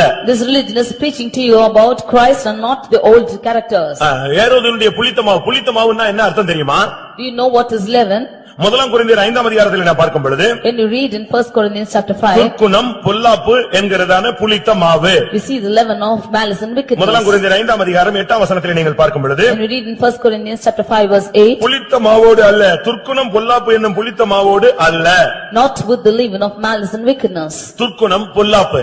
Malice and wickedness. துர்க்குணம் என்பது ஜென்மத்தை காண்பிக்க, ஜென்ம சுபாவத்தை காண்பிக்கிறது. Malice shows the our old என் தாய் nature. என்னை பாவத்திலே கற்பம் தரித்தாள். My mother begat me in sin, நான் துர்க்குணத்தில் உருவானேன். and I am given birth in sin. அந்த உன்னுடைய குடும்ப சுபாவத்தை சபைக்குள்ள நீ கொண்டு வரக்கூடாது. And you should not bring your character of your family into church. உன்னுடைய குடும்ப சுபாவத்தை நீ ஆவிக்குரிய ஜீவிதத்தில் இணைக்க கூடாது. You should not unite your character of families in the church. கோடி துண்டுல நீ பழைய துண்டை என்ன செய்ய கூடாது, இணைக்கவே கூடாது. நியூ டவல்ல புதிய கோடி துண்டு. You should not unite a new garment with an old garment. அடுத்து பழைய துருத்தியில புதிய ரசத்தை என்ன செய்ய கூடாது, நீ வார்த்து வைக்க கூடாது. You should not pour new wine in old bottles. இதுக்குள்ள வந்த பின்பு உன்னுடைய துருத்தி, உன்னுடைய வாழ்க்கை, உன்னுடைய பேச்சு, உன்னுடைய பழக்க வழக்கங்கள் எல்லாமே புதிதாக, நீ புதிய மனிதனாக நீ மாற வேண்டும். After coming into this religion, your bottles, your characters, your behaviors, all should be new. இந்த ஏரோதுனுடைய இன்னொரு கேரக்டர் என்ன தெரியுமா? The other character of Herod was? பெருமை உள்ள ஒரு ஆள். He was a proud person. இந்த மார்க்கம் தாழ்மையின் மார்க்கம். ஆனா நீ அதுக்கு ஆப்போசிட்டா பெருமையாக ஜீவிக்க கூடாது. In this religion is a humble religion. You should not live a life of prideness. அப்போஸ்தலர் 12ஆம் அதிகாரம் 23ஆம் வசனத்தை பார்க்கும் பொழுது ஏரோது ஒரு பிரசங்கம் பண்ணி முடித்தான். Acts 12:23 we see that Herod preached and finished. எல்லாரும் வந்து சொன்னாங்க, இது தேவனுடைய சத்தம் என்று சொன்னார்கள். All of them said that this is the voice of God. அவன் தேவனுக்கு மகிமையை செலுத்தாமல் போய்விட்டான். He did not give the glory to God. அதனால் கர்த்தர் அவனை அடித்தார். Therefore the Lord smote him. அன்றைக்கே அவன் புழுபுழுத்து செத்தான் என்று சொல்லப்பட்டிருக்கிறது. And he was eaten of worms and he died. ஏரோதுனுடைய வாழ்க்கை என்பது ஒரு பெருமையான ஒரு வாழ்க்கை. The life of Herod was a life of pride. துணிந்து செயல்படக்கூடாது. You should not go voluntarily, bravely and do anything. ஆலயத்தை இடிச்சு கட்டிக்கிட்டே இருக்க கூடாது. You should not keep destroying the temple and build it again and again. சபிக்கப்பட்ட கோபத்துக்கு நீ இடம் கொடுக்க கூடாது. You should not give room for cursed anger. உன்னுடைய இருதயம் கலங்க கூடாது. Your heart should not be troubled. இப்படிப்பட்ட ஏதாவது சம்பவங்கள் உன்னுடைய வாழ்க்கையிலே இந்த விசுவாச பயணத்தில் நடந்திருந்தால் நீ இயேசுவை நோக்கி போகிறேன் என்று சொல்லி ஏமாந்து கொண்டிருக்கிறாய். If such incidences have taken place in your life, then you are deceiving yourself that you are following Jesus. எப்ப கோபம் வந்துச்சோ நீ டைவர்ட் ஆயிட்டேன்னு அர்த்தம். And when you have got angry, you think you are diverted. எப்ப பெருமை வந்துச்சோ அப்ப நட்சத்திரத்தை விட்டு நீ டைவர்ட் ஆயிட்டேன்னு அர்த்தம். When you have pride in you, you are diverted from the star. எப்ப நீ மனுஷ கொலைபாதகனாய் மாறினாயோ அப்பொழுது நீ உன்னுடைய இலக்கு இயேசு அல்ல, உன்னுடைய இலக்கு ஏரோதாக மாறிவிட்டது. When you have become a murderer, then your goal is not Jesus but Herod. எப்பொழுது துர்க்குணம் பொல்லாப்பு உன்னுடைய ஜீவிதத்திலே வெளியே வந்துருச்சோ அப்பொழுதே உன்னுடைய பாதை மாறிவிட்டது என்று அர்த்தம். When malice and wickedness came into your life, then you should think that your path is gone astray. எப்பொழுது சபையில உனக்கு மற்றவங்களோட ஒரு மிஸ் அண்டர்ஸ்டாண்டிங் உண்டாயிருச்சோ அப்பொழுதே உன் ரூட் டைவர்ட் ஆயிடுச்சுன்னு அர்த்தம். When you have misunderstanding with the people in the church, then you should think that your path is diverted. மத்தேயு 14ஆம் அதிகாரம் 3ஆம் வசனத்தை பார்க்கும் பொழுது In Matthew's Gospel 14:3 when we read, இந்த ஏரோது தன்னுடைய தம்பி மனைவியை வைத்திருந்தான். this Herod had kept his brother's wife. எப்படி இருக்கும்? How would it be? அரசாட்சியில இருக்கான், தேவாலயத்துல ஆலயத்தை கட்டுறான். ஆனா இன்னொரு பகுதியில தம்பி மனைவியை இவன் வச்சிருக்கான். He was in the reign and he built the temple of God, but he kept his brother's wife. இந்த இங்க நீ போய் சேர்ந்தினா நீ இயேசுட்ட எப்படி போய் சேர முடியும்? How can you go see Jesus when you have gone to this place? அத யோவான் சாணன் சொன்னா, தம்பி ஏரோதே நீ செஞ்சது தப்புன்னு சொன்னான். John the Baptist came and told him that he is wrong in doing this. உடனே தூக்கி அவனை ஜெயில்ல வச்சிட்டான். Immediately he was caught into the jail. அடுத்து ஒரு பிறந்த நாள் கொண்டாடினான். Nextly he celebrated his birthday. என்ன வேணாலும் கேளுன்னு சொன்னா கடைசில அந்த டான்ஸ் ஆடின பொண்ணு யோவான் சானுடைய தலை வேணும்னு கேட்டா தலை போயிருச்சு. Nextly that daughter of Herodias, when she danced, he asked him what she wanted and he asked for the head of John the Baptist and he said உன்னுடைய ஜீவிதத்திலே இச்சைகள் தோல்விகள் வந்தாலே நீ இயேசுவை நோக்கி போகல, உன்னை பிசாசு டைவர்ட் பண்ணி ஏரோதுக்கு நேரா கொண்டு போய்ட்டான்னு நீ இன்னைக்கு புரிந்துகொள். If you have defeats and life in your lust in your life, you should think that you are not going towards Jesus but you have gone towards Herod. உன்னை ரட்சித்தது எதற்காக? What is your suffering? உனக்கு வாக்குத்தத்தம் கொடுத்தது எதற்காக? What is your promise given to உன்னை you? நேசித்த அபிஷேகம் கொடுத்தது எதற்காக? What is the purpose for loving ஏரோதை நோக்கி போகவா, இயேசுவை நோக்கி போகவா? To go towards Jesus or towards Herod? நீ யாரை நோக்கி போய் கொண்டிருக்கிறாய்? Whom are you following to? இந்த வசனத்தின் அடிப்படையில இப்பொழுதே உனக்கு தெரியும் உன் பாதை மாறிடுச்சா இல்லையான்னு உனக்கு கண்டுபிடிச்சிருப்ப. On the basis of these verses you would have found it whether your path has gone astray. இந்த பிரசங்கத்தையும் கேட்டு உனக்கு உணர்வு இல்லாவிட்டால் என்ன புரிந்து கொள்ளலன்னா வேற எப்படி உனக்கு வந்து மேப் வச்சு சொல்லி கொடுக்குறது எனக்கு தெரியல. If you do not have any feeling because hearing this verse, then I do not know how to teach you. உன்னுடைய பாதை மாறிவிட்டது என்பதை இந்த கிறிஸ்துமஸ்ல உனக்கு ஒரு செய்தியாக சொல்லுகிறோம். I tell you that your path has gone astray in this day of உனக்கு Christmas. சொல்லக்கூடிய நற்செய்தி நீ ஏரோதுவினிடத்திலிருந்து நீ வெளியே வர வேண்டும். You have to come out from Herod is the good tidings to you. இவன் போய் கேட்ட உடனே இவங்க மூணு பேரும் போய் யூதருக்கு ராஜா எங்கன்னு உடனே ஏரோதுவினுடைய முகம்லாம் மாறிடுச்சு. When these three people went and asked Herod, where is the king of the Jews, the face of Herod was changed. அவன் சொன்னா அப்படியா அப்படி ஒண்ணு இங்க இல்லையே என்ன விஷயம்னு கேட்டான். He said, there's nothing like this, what's the matter? அப்பதான் ஒருத்தருக்கு ஒருத்தர் பேசிட்டாங்க. ஐயோ நட்சத்திரம் வேற ரூட்ல போயிருச்சு போல் இருக்கு. Then only they spoke to one another saying the star has gone another way. நம்ம மிஸ் பண்ணிட்டோம் போல் இருக்கு. We have missed the star. உடனே ஒருத்தன் வெளியே ஓடி வந்திருப்பான். Immediately one could have come out. ஒருத்தன் வெளியே ஓடி வந்திருப்பான். எங்கன்னு அது போயிட்டு இருக்கு. And that star was going on. உடனே மூணு பேரும் வெளியே ஓடி வந்தாங்க. Immediately the three of them came out. இன்னைக்கு இந்த கிறிஸ்துமஸ்ல கர்த்தர் உனக்கு சொல்ற அடுத்த செய்தி நீ இன்றைக்கு இந்த ஏரோதை விட்டு வெளியே வா. The next message which comes to you on this day of Christmas is you come out of Herod. தயவு செய்து இந்த மார்க்கத்துல போய் நீங்க ஏமாந்துறாதீங்க. Don't go into this religion and be deceived. இந்த மார்க்கம் சொன்னா ஏரோதின் மார்க்கத்துல போய் ஏமாந்துறாதீங்க. Don't go into this religion of Herod and be deceived. ஏரோதினுடைய மார்க்கத்துல நீ போனீன்னு சொன்னா நீ இயேசுவை பார்க்கவே முடியாது. If you go into the religion of Herod, you cannot see Jesus. அடுத்த செகண்ட் மூணு பேர் வெளியே வந்தாங்க. The next second, all the three came out. வெளியே வந்து ஆண்டவர்ட்ட மன்னிப்பு கேட்டு திரும்ப பயணப்பட்டாங்க. They apologized to God and again they traveled. அது மூவாய் போயிட்டே இருக்கு. That star was going on. இது இவனுக்காக நிக்கிறது இல்ல, இவனுக்காக தான் வந்துச்சு.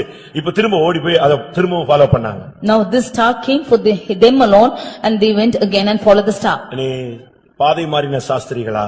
Are you the wise men who have gone astray in your paths? நீங்கள் சாஸ்திரிகள்னா தெளிவான சாஸ்திரிகளாக இருக்கணும். You should be the people, the wise. சத்தியத்தை அறிந்தால் சத்தியத்தை தெளிவா அறிஞ்சுக்கங்க. You should know, if you know the truth, you should know it clearly. சகல சத்தியத்தை நீங்க புரிஞ்சுக்கணும். You should understand all the truths. உங்களை குழப்பறதுக்கு நீங்க சான்ஸே கொடுக்க கூடாது. You should not give room for confusion at இந்த all. அப்போஸ்தல உபதேசத்தை நீங்க சரியா நீங்க லேர்ன் பண்ணியிருக்கணும். You should learn the apostolic doctrine in the right manner. ஒரு சிலருக்கு எல்லாம் ஒண்ணுமே தெரியாது. For some of them, they don't know anything. அவங்களை இங்க இருந்து கூப்பிட்டா கூட போயிட்டே இருப்பான். Wherever they call, they will go. அவங்களுக்கு வந்து என்னன்னு ஒரு தெளிவான விளக்கங்கள் தெரியறது இல்ல. Because they do not have the right explanations. ஆதியாகமம் Genesis 41ஆம் அதிகாரம் 41st chapter 8ஆம் வசனத்துல in verse 8, அந்த சாஸ்திரிகளுக்கு விளக்கமே தெரியல. those wise men did not have any explanations. அவங்களுக்கு ஒண்ணுமே புரியல. They do not have the meaning. பார்வோன் கூப்பிட்டு சில காரியங்களை சொல்றான், அவங்களுக்கு ஒண்ணும் புரியல. When Pharaoh called and told them certain things, they could not understand anything. அவர்களை அழைப்பித்து தன் சொப்பனத்தை சொன்னான், அவர்களுக்கு ஒன்றும் சொல்லக்கூடாமல் போயிற்று. He called them and told them his dream, but they could not tell anything to him. இந்த மார்க்கத்துல வந்துட்ட பின்பு நீ ரொம்ப ஞானியாக இருக்கணும். அப்போஸ்தல உபதேசத்தினுடைய ஒவ்வொரு ஸ்டெப்பையும் நீ அழகா படிச்சு அப்படியே ஃபாலோ பண்ணணும். After coming into this religion, you should be as wise men and you should know the steps of apostolic doctrines and follow it. யாராவது இந்த ஞானசானத்தை பத்தி பரிசுத்த ஆவியை குறித்து அப்போஸ்தல உபதேசத்தை குறித்து உங்ககிட்ட கேட்டா அதை தெளிவா என்ன செய்யணும் சொல்லணும். அவங்க If any of them should ask you of the anointing of the Holy Spirit or the baptism, you should clearly tell them what it is. ஆனா ஆதியாகமத்துல சொல்லப்பட்ட பார்வோனுடைய சாஸ்திரிகளுக்கு ஒண்ணுமே தெரியல. அவன் கேக்குறான், நான் ஒரு சொப்பனம் பார்த்தப்பா அப்படியா, அவ்வளவுதான், ஒண்ணுமே தெரியாது. But the wise men of Pharaoh, where they did not know anything when he told them the dream, they did not know how to interpret it. யாத்ராகமம் 7ஆம் அதிகாரத்துல பார்க்கும் பொழுது, In Exodus chapter 7, 7ஆம் அதிகாரம் 11 12 வசனங்களை பார்க்கும் பொழுது 7 verse 11 and 12, அங்க என்ன சொல்லப்பட்டிருக்கிறது? what is told here? மோசே போய் தன்னுடைய கோலை போட்டான். Moses went and put his rod. அவன் கோலை போட்ட உடனே அந்த கோல் சர்ப்பமாக மாறிவிட்டது. That rod turned into a serpent. இப்பொழுது பார்வோன் தன்னுடைய சாஸ்திரிகள் எல்லாம் கூப்பிட்டான். Now Pharaoh called his wise men. இவன் கோலை போட்ட உடனே பாம்பாயிடுச்சே. When he put his rod, it became a serpent. அப்ப நீங்க என்ன செய்ய போறீங்கன்னு கேட்டான். Now what will you do now? இவங்க எல்லாரும் என்ன செஞ்சாங்க? கோலை போட்டாங்க, எல்லாமே சர்ப்பமா மாறிடுச்சு. Now they also cast their rods and it became a serpent. ஒரு செகண்ட்ல பார்த்தா மோசேனுடைய அந்த சர்ப்பம் எல்லாத்தையும் நெஞ்சிருச்சு, மொத்தமா விழுங்கிடுச்சு. In 1 second, the serpent of Moses swallowed up all the other serpents. இன்னைக்கு அநேக சாஸ்திரிகள் அநேக விசுவாசிகள் சர்ப்பத்தை உண்டு பண்ணுகிறவர்களாக தான் இருக்கிறாங்களே தவிர கிறிஸ்துவை உண்டு பண்ணுகிறவர்களாக இல்லை. Now many wise men are wanting to produce serpents and not Christ. அவங்களுடைய வார்த்தையில சர்ப்பம், In their word it's serpent.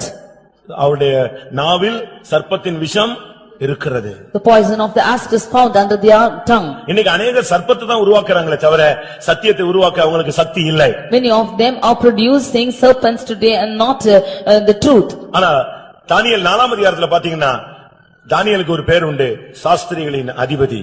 Daniel 4th chapter, we see the name given to Daniel was that he was the authority of the wise man. தானியேல் 4ஆம் அதிகாரம் In Daniel 4th chapter, 9ஆம் வசனத்தை நாம் பார்க்கும் பொழுது in verse 9 when we see, அங்க என்ன சொல்லப்பட்டிருக்கிறது? what is told here? அந்த ராஜா கூப்பிட்டு சொல்றான், சாஸ்திரிகளின் அதிபதியாகிய பெல்தேசாத்சாரே அப்படினா தானியேலேன்னு அர்த்தம். He was called as Belteshazzar, master of the magicians. That means அவன் Daniel. சாஸ்திரிகளின் அதிபதி. He is the master of the magicians. Magician Tamil என்னது? மந்திரவாதின்னு அர்த்தம். In Tamil it is a magician. ஒருத்தர் சாட்சி சொல்லும்போது சொன்னாரு, எல்லா மந்திரவாதிகளுக்கும் பெரிய மந்திரவாதி இயேசுன்னு சொல்லிட்டாரு டக்குன்னு. One person said that Jesus is the greatest magician. அவர் பாஸ்டர் அப்படி சொல்லிவிட்டாரு. எல்லா மந்திரத்தையும் உடைச்சு விழுங்கக்கூடிய சக்தி அவருக்கு இருக்கு. அதனால எல்லா மந்திரவாதிகளுக்கும் அவர்தான் இது பெரிய மந்திரம். மந்திரம் இல்ல, தேவனுடைய வல்லமை அது.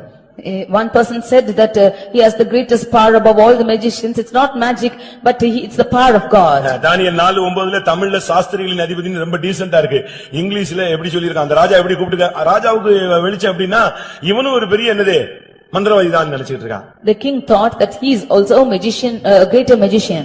காரணம் இவனுக்குள்ள தேவ ஆவி இருந்தது. The reason is the spirit of God was பரிசுத்த ஆவி உனக்குள்ள சரியாய் செயல்பட்டால் நீ சரியான விதத்துல போய் கொண்டே இருப்பாய். The spirit of God, if it deals rightly with you, you will go in the right manner. இவங்க வெளியே வந்த பொழுது மறுபடியும் இந்த நட்சத்திரம் மூவ் பண்ண ஆரம்பித்தது. When they came out, the star again proceeded.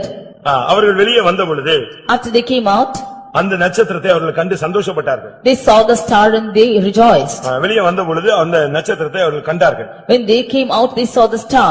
அவர்கள் வெளியே வந்து அந்த நட்சத்திரத்தை கண்டு சந்தோஷமாய் அதை ஃபாலோ பண்ண ஆரம்பித்தார்கள். When they saw the star, they rejoiced with exceeding great joy. மத்தேயு 2ஆம் அதிகாரம் 10ஆம் வசனத்திலே வெளியே வந்து நட்சத்திரத்தை அவர்கள் கண்டார்கள். ஏன்னா துக்கப்பட்டாங்க முதல்ல, ஐயோ நம்ம ஏதோ பாதை மாறிட்டோம்.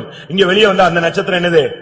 வெயிட் பண்ணி கொண்டிருந்தது. In Matthew 2:10, we see that they saw the star and rejoiced exceedingly because they thought they missed the star. When they came out, they found it and they were exceeding joy. இந்த கேப்புக்குள்ள பயங்கர கலக்கம் உண்டாச்சு. ஊரே கலங்கி போயிருச்சு. But in between that gap, the whole ministry was சிங்காசனத்தில் இருந்த ஏரோது கலங்கினான். That Herod who was on the throne, he was troubled. அங்க இருந்த எல்லா மற்ற ஜனங்கள் எல்லாரும் கலங்க ஆரம்பித்தார்கள். And all the people around him were also troubled. இவங்களுக்கு பயங்கர துக்கம். And they were grieved. சபைக்குள்ள வந்த பின்பு தோல்விகளுக்கு இடம் கொடுத்தால் ஒரு பெரிய துக்கம் உங்களுடைய வாழ்க்கையில உண்டாகிறது. After coming into this church, if you give room for failures, then you will have the great grief. இப்பொழுது மிகுந்த ஆனந்த சந்தோஷம் அடைந்தார்கள். Now they were exceeding great joy. பிரியமானவர்களே, உங்களுடைய வாழ்க்கையிலே இந்த நட்சத்திரத்தை பின்பற்றுகிறீர்களா? Dear beloved, are you following the star in your life? யார் இந்த நட்சத்திரம்? Who is the star? இதுதான் தேவனுடைய சபையிலே தேவன் நியமித்ததான தேவனுடைய ஊழியர்கள். This star are the servants of God whom the Lord has appointed in the church. வெளிப்படுத்தல நாம் பார்க்கும் பொழுது, in Revelation when you read, 2ஆம் அதிகாரத்திலே முதலாம் வசனம், இல்லாவிட்டால் 3ஆம் அதிகாரம் முதலாம் வசனம், இல்லாவிட்டால் முதலாம் அதிகாரம் 20ஆம் வசனம், இதுல பார்க்கும் பொழுது 7 நட்சத்திரங்களை தன்னுடைய வலது கையிலே அவர் ஏந்தி கொண்டிருக்கிறார். In first chapter 20th verse, second chapter first verse, third chapter first verse, we can see that he is holding 7 stars in his hands. இந்த 7 நட்சத்திரங்களை அவர் தன்னுடைய வலது கரத்தில் ஏந்தி கொண்டிருக்கிறார். He is holding the 7 stars in his right hand. இந்த 7 நட்சத்திரங்களும் 7 சபைகளுடைய தூதர்களாம். These 7 stars, the angels of the 7 churches. அதனுடைய சரியான அர்த்தம் 7 சபையினுடைய ஊழியர்களாம். This shows that they are the servants of God of the 7 churches. சரியான நட்சத்திரம். இன்னைக்கு உலகத்துல பலவிதமான நட்சத்திரங்கள் இருக்கிறது. There are many stars in the world today. வேதத்தின்படி பார்க்கும் பொழுதும், if you should see from the word of God, உலகத்துல நீங்கள் வானத்தை பார்க்கும் பொழுதும், if you should see the skies, ஆயிரக்கணக்கான நட்சத்திரங்களை நீங்கள் பார்க்கலாம். you can see thousands of stars. Thousands சொல்லக்கூடாது, கோடிக்கணக்கான நட்சத்திரங்கள் எங்க இருக்கு?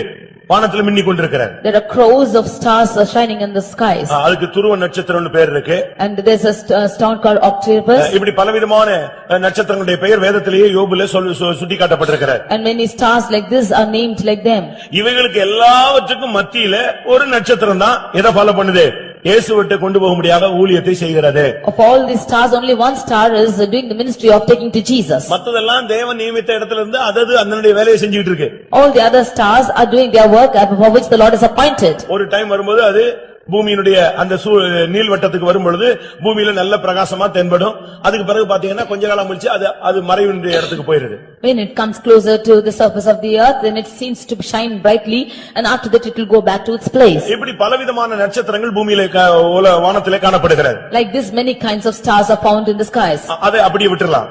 It just we can let go. வேதத்தின் அடிப்படையில ரெண்டு கூட்ட நட்சத்திரங்கள் இருக்கிறது. But when we see in the base of the word of God, we can see the அதுக்கு stars. அநேக நட்சத்திரங்கள் வானத்திலே காணப்பட்டாலும் ஒரே ஒரு சிங்கிள் நட்சத்திரம் தான் இயேசுவை நோக்கி பயணப்பட்டு அவர்களை கொண்டு போய் சேர்த்தது. Although there were crowds of stars those days also, only one star was leading them to Jesus. அதுபோல வேதத்திலும் கூட பல நட்சத்திரங்கள் சொல்லப்பட்டிருக்கிறது. Even so in the word of God, we can see many stars. யூதா 13ஆம் வசனத்தை பார்க்கும் பொழுது, யூதா 13ஆம் வசனம், When we see it in Jude 13, அங்க என்ன சொல்லப்பட்டிருக்கிறது? what is said here? மார்க்கம் தப்பி அலைகிற நட்சத்திரங்கள்.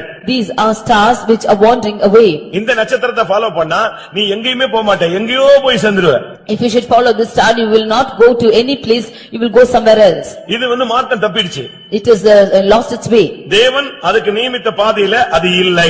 It is not in the path that the Lord has determined it. நான் வசனத்தை வேகமா சொல்லிட்டு போறேன், நீங்க வீட்ல போய் அதை நோட் பண்ணிக்கங்க, You can- ஃபாலோ பண்ணிக்கங்க. You can note these verses and follow them in your houses. இந்த நட்சத்திரங்கள் மார்க்கம் தப்பிடுச்சு.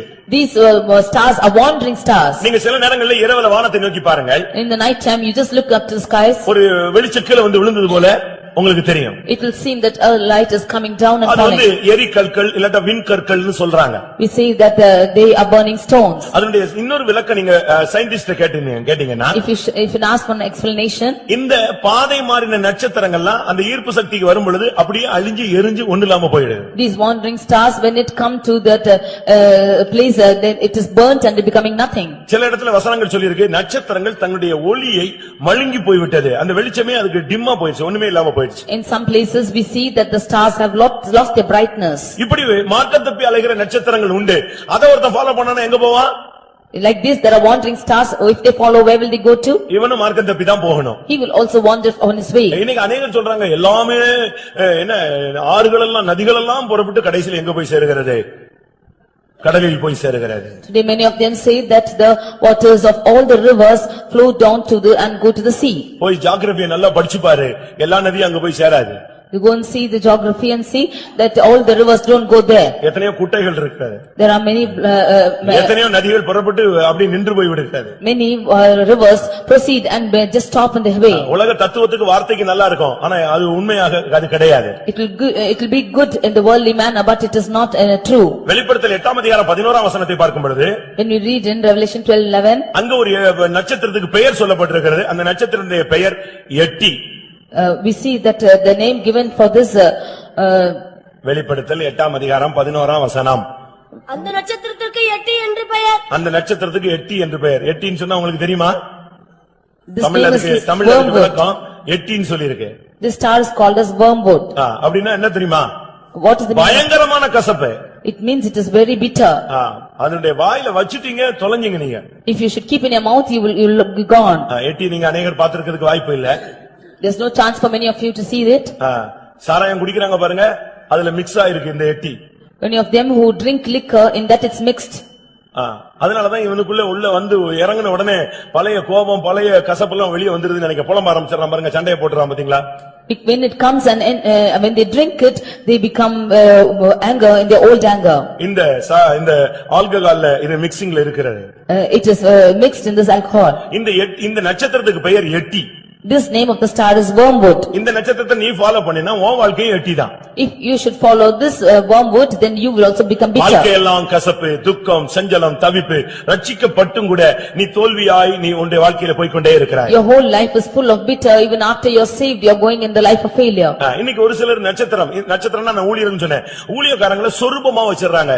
இந்த பாஸ்டர் அந்த பாஸ்டர் அவர் பேசுறார் இவர் பேசுறாருன்னு. நீ இந்த நட்சத்திரமாகிய சொரூபத்தை நீ follow பண்ணிராத. Many of them consider these stars as the idols, and they say this pastor and that pastor, and they keep them as idols. Don't follow these idols. அப்போஸ்தலர் 7ஆம் அதிகாரம் Acts 7th chapter 43ஆம் வசனத்தை பார்க்கும் பொழுது, verse 43, அங்க ஒரு நட்சத்திரம் அது சொரூபமா மாறி போயிடுச்சு. we see that there was a star which became an idol. உங்கள் தேவனாகிய ரம்பான் என்னும் நட்சத்திர சொரூபத்தை சுமந்தீர்களே. You have carried your God, which is the star of Remphan. அவங்க அநேக நட்சத்திரங்கள் இன்றைக்கு மனிதர்களுக்கு சொரூபமா மாறி போய்விட்டது.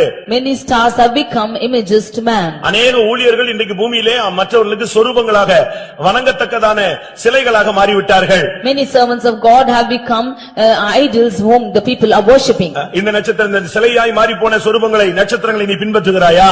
Are you following these stars which have gone as images? வெளிப்படுத்தல் 12ஆம் அதிகாரம் 4ஆம் வசனத்தை பார்க்கும் பொழுது When we read in Revelation 12:4, நட்சத்திரத்திலே மூன்றில் ஒரு பங்கு விழுந்தது. the third part of the stars fell down. புதிய ஏற்பாட்டில கடைசி துவக்கம் எப்படி தெரியுமா? The beginning of the New Testament is, புதிய ஏற்பாட்டின் துவக்கத்திலே in the beginning of the New Testament, நட்சத்திரத்தினுடைய விழுகை 12:1 இருந்தது. the ratio of the fall of stars is 12:1. 12 பேர்ல ஒரு ஊழியக்காரன் செஞ்சான் விழுந்தான். Of the 12, one worker fell down. ஆனா புதிய ஏற்பாட்டின் முடிவில ஊழியக்காரனுடைய விழுகை எப்படி இருக்கும்? But at the end of the New Testament, how will the fall மூன்றில் of, ஒன்று. it will be third part of this, of one part. எப்படி இருக்கும்னு யோசிச்சு பாருங்க. And how it will be? 12க்கு 4 12:4 விழுந்துரும். 12:4 will fall off. நல்லா புரிஞ்சுக்கோங்க. அதனால நீங்க எந்த நட்சத்திரத்தை ஃபாலோ பண்றீங்க? Which star are you following? விழுந்து போகிற நட்சத்திரங்களையா? Are you following the fallen star? எட்டி போன்ற நட்சத்திரங்களையா? Are you following the star as murmur? சொருபங்களாய் மாறி போன நட்சத்திரங்களையா? Are you following the stars as images? மார்க்கம் தப்பி அலைகிற நட்சத்திரங்களையா? Are you following wandering stars? ஆனா இன்னொரு நட்சத்திரம் ஆண்டவருடைய நட்சத்திரம் எப்படிப்பட்டது? How is the star of God is? ஆதியாகமம் 1ஆம் அதிகாரம் 16ஆம் வசனத்தை பார்க்கும் பொழுது Genesis 1:16 when we read, இந்த நட்சத்திரத்தினுடைய வேலை இரவை ஆளுகை செய்வது. the job of this star is to reign the night. உன்னுடைய இருள் சூழ்ந்த நேரத்திலே உனக்கு வெளிச்சத்தை கொடுப்பது. In the time of your darkness it will give you light. ஒரு நல்ல ஊழியக்காரன் ஜனங்களுடைய இருள் சூழ்ந்த நேரத்திலே அவர்களுக்கு ஒரு வெளிச்சமாய் அவன் வாழ்ந்து காட்ட வேண்டும். A good servant of God in the times of the darkness of the people should be a light to them.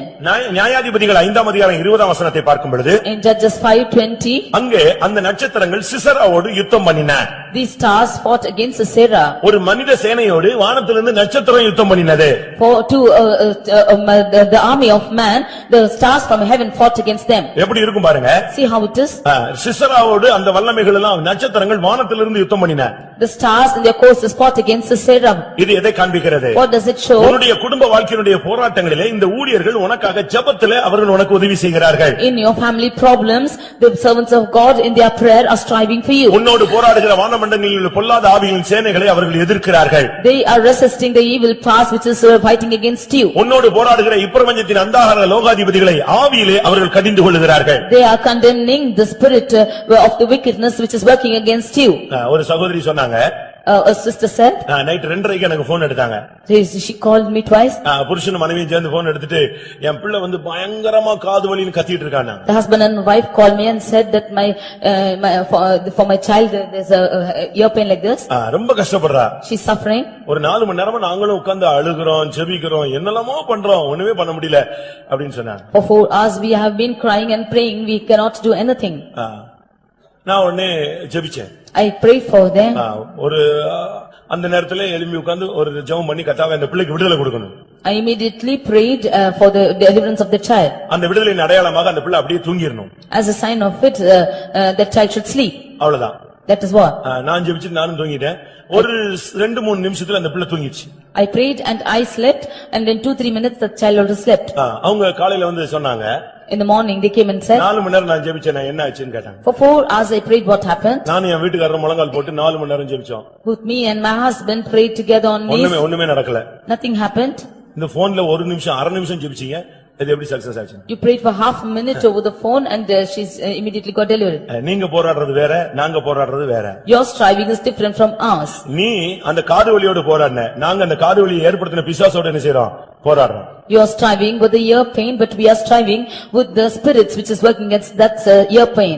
தானியேலுடைய புத்தகம் 12ஆம் அதிகாரம் 3ஆம் வசனத்தை பார்க்கும் பொழுது In Daniel 12:3 verse, அநேகரை நீதிக்கு உட்படுத்துகிறவர்கள் நட்சத்திரங்களைப் போல பிரகாசிப்பார்கள். those who bring many people to righteousness, they will shine as the stars. இந்த நட்சத்திரம் அரண்மனைக்கு போகாது. This star will not go to the palace. இந்த புதிய ஏற்பாட்டு அப்போஸ்தல ஊழியர்கள் சுகபோக வாழ்க்கையை வெறுத்தவர்கள். இவங்க வந்து அரண்மனைக்கு போக மாட்டாங்க. The New Testament servants of God, they have left their luxurious life, they will not go into the life of palace. இதுக்கு சுயமே கிடையாது. They have no self at all. இது இஷ்டத்துக்கு அரண்மனைக்கு போறது, இஷ்டத்துக்கு தியேட்டருக்கு போறது, இந்த வேலைலாம் இந்த நட்சத்திரத்துக்கு கிடையாது. Going as you wish to the palace or to the theater, this has no job for that. இந்த நட்சத்திரம் அவருடையது. This star is அவர் எங்க Krishna. இருக்காரோ அங்கதான் போயிட்டே இருக்கும். Where he is, it will go towards இந்த it. நட்சத்திரத்தை நீ கரெக்டா ஃபாலோ பண்ணேன்னா உன்னை இயேசுவிட்ட கொண்டு போய் சேர்ப்போம். If you follow this star rightly, it will reach you to இந்த Jesus. நட்சத்திரம் பிள்ளையினிடத்துல போகுமே தவிர வேற எங்கேயும் போகாது.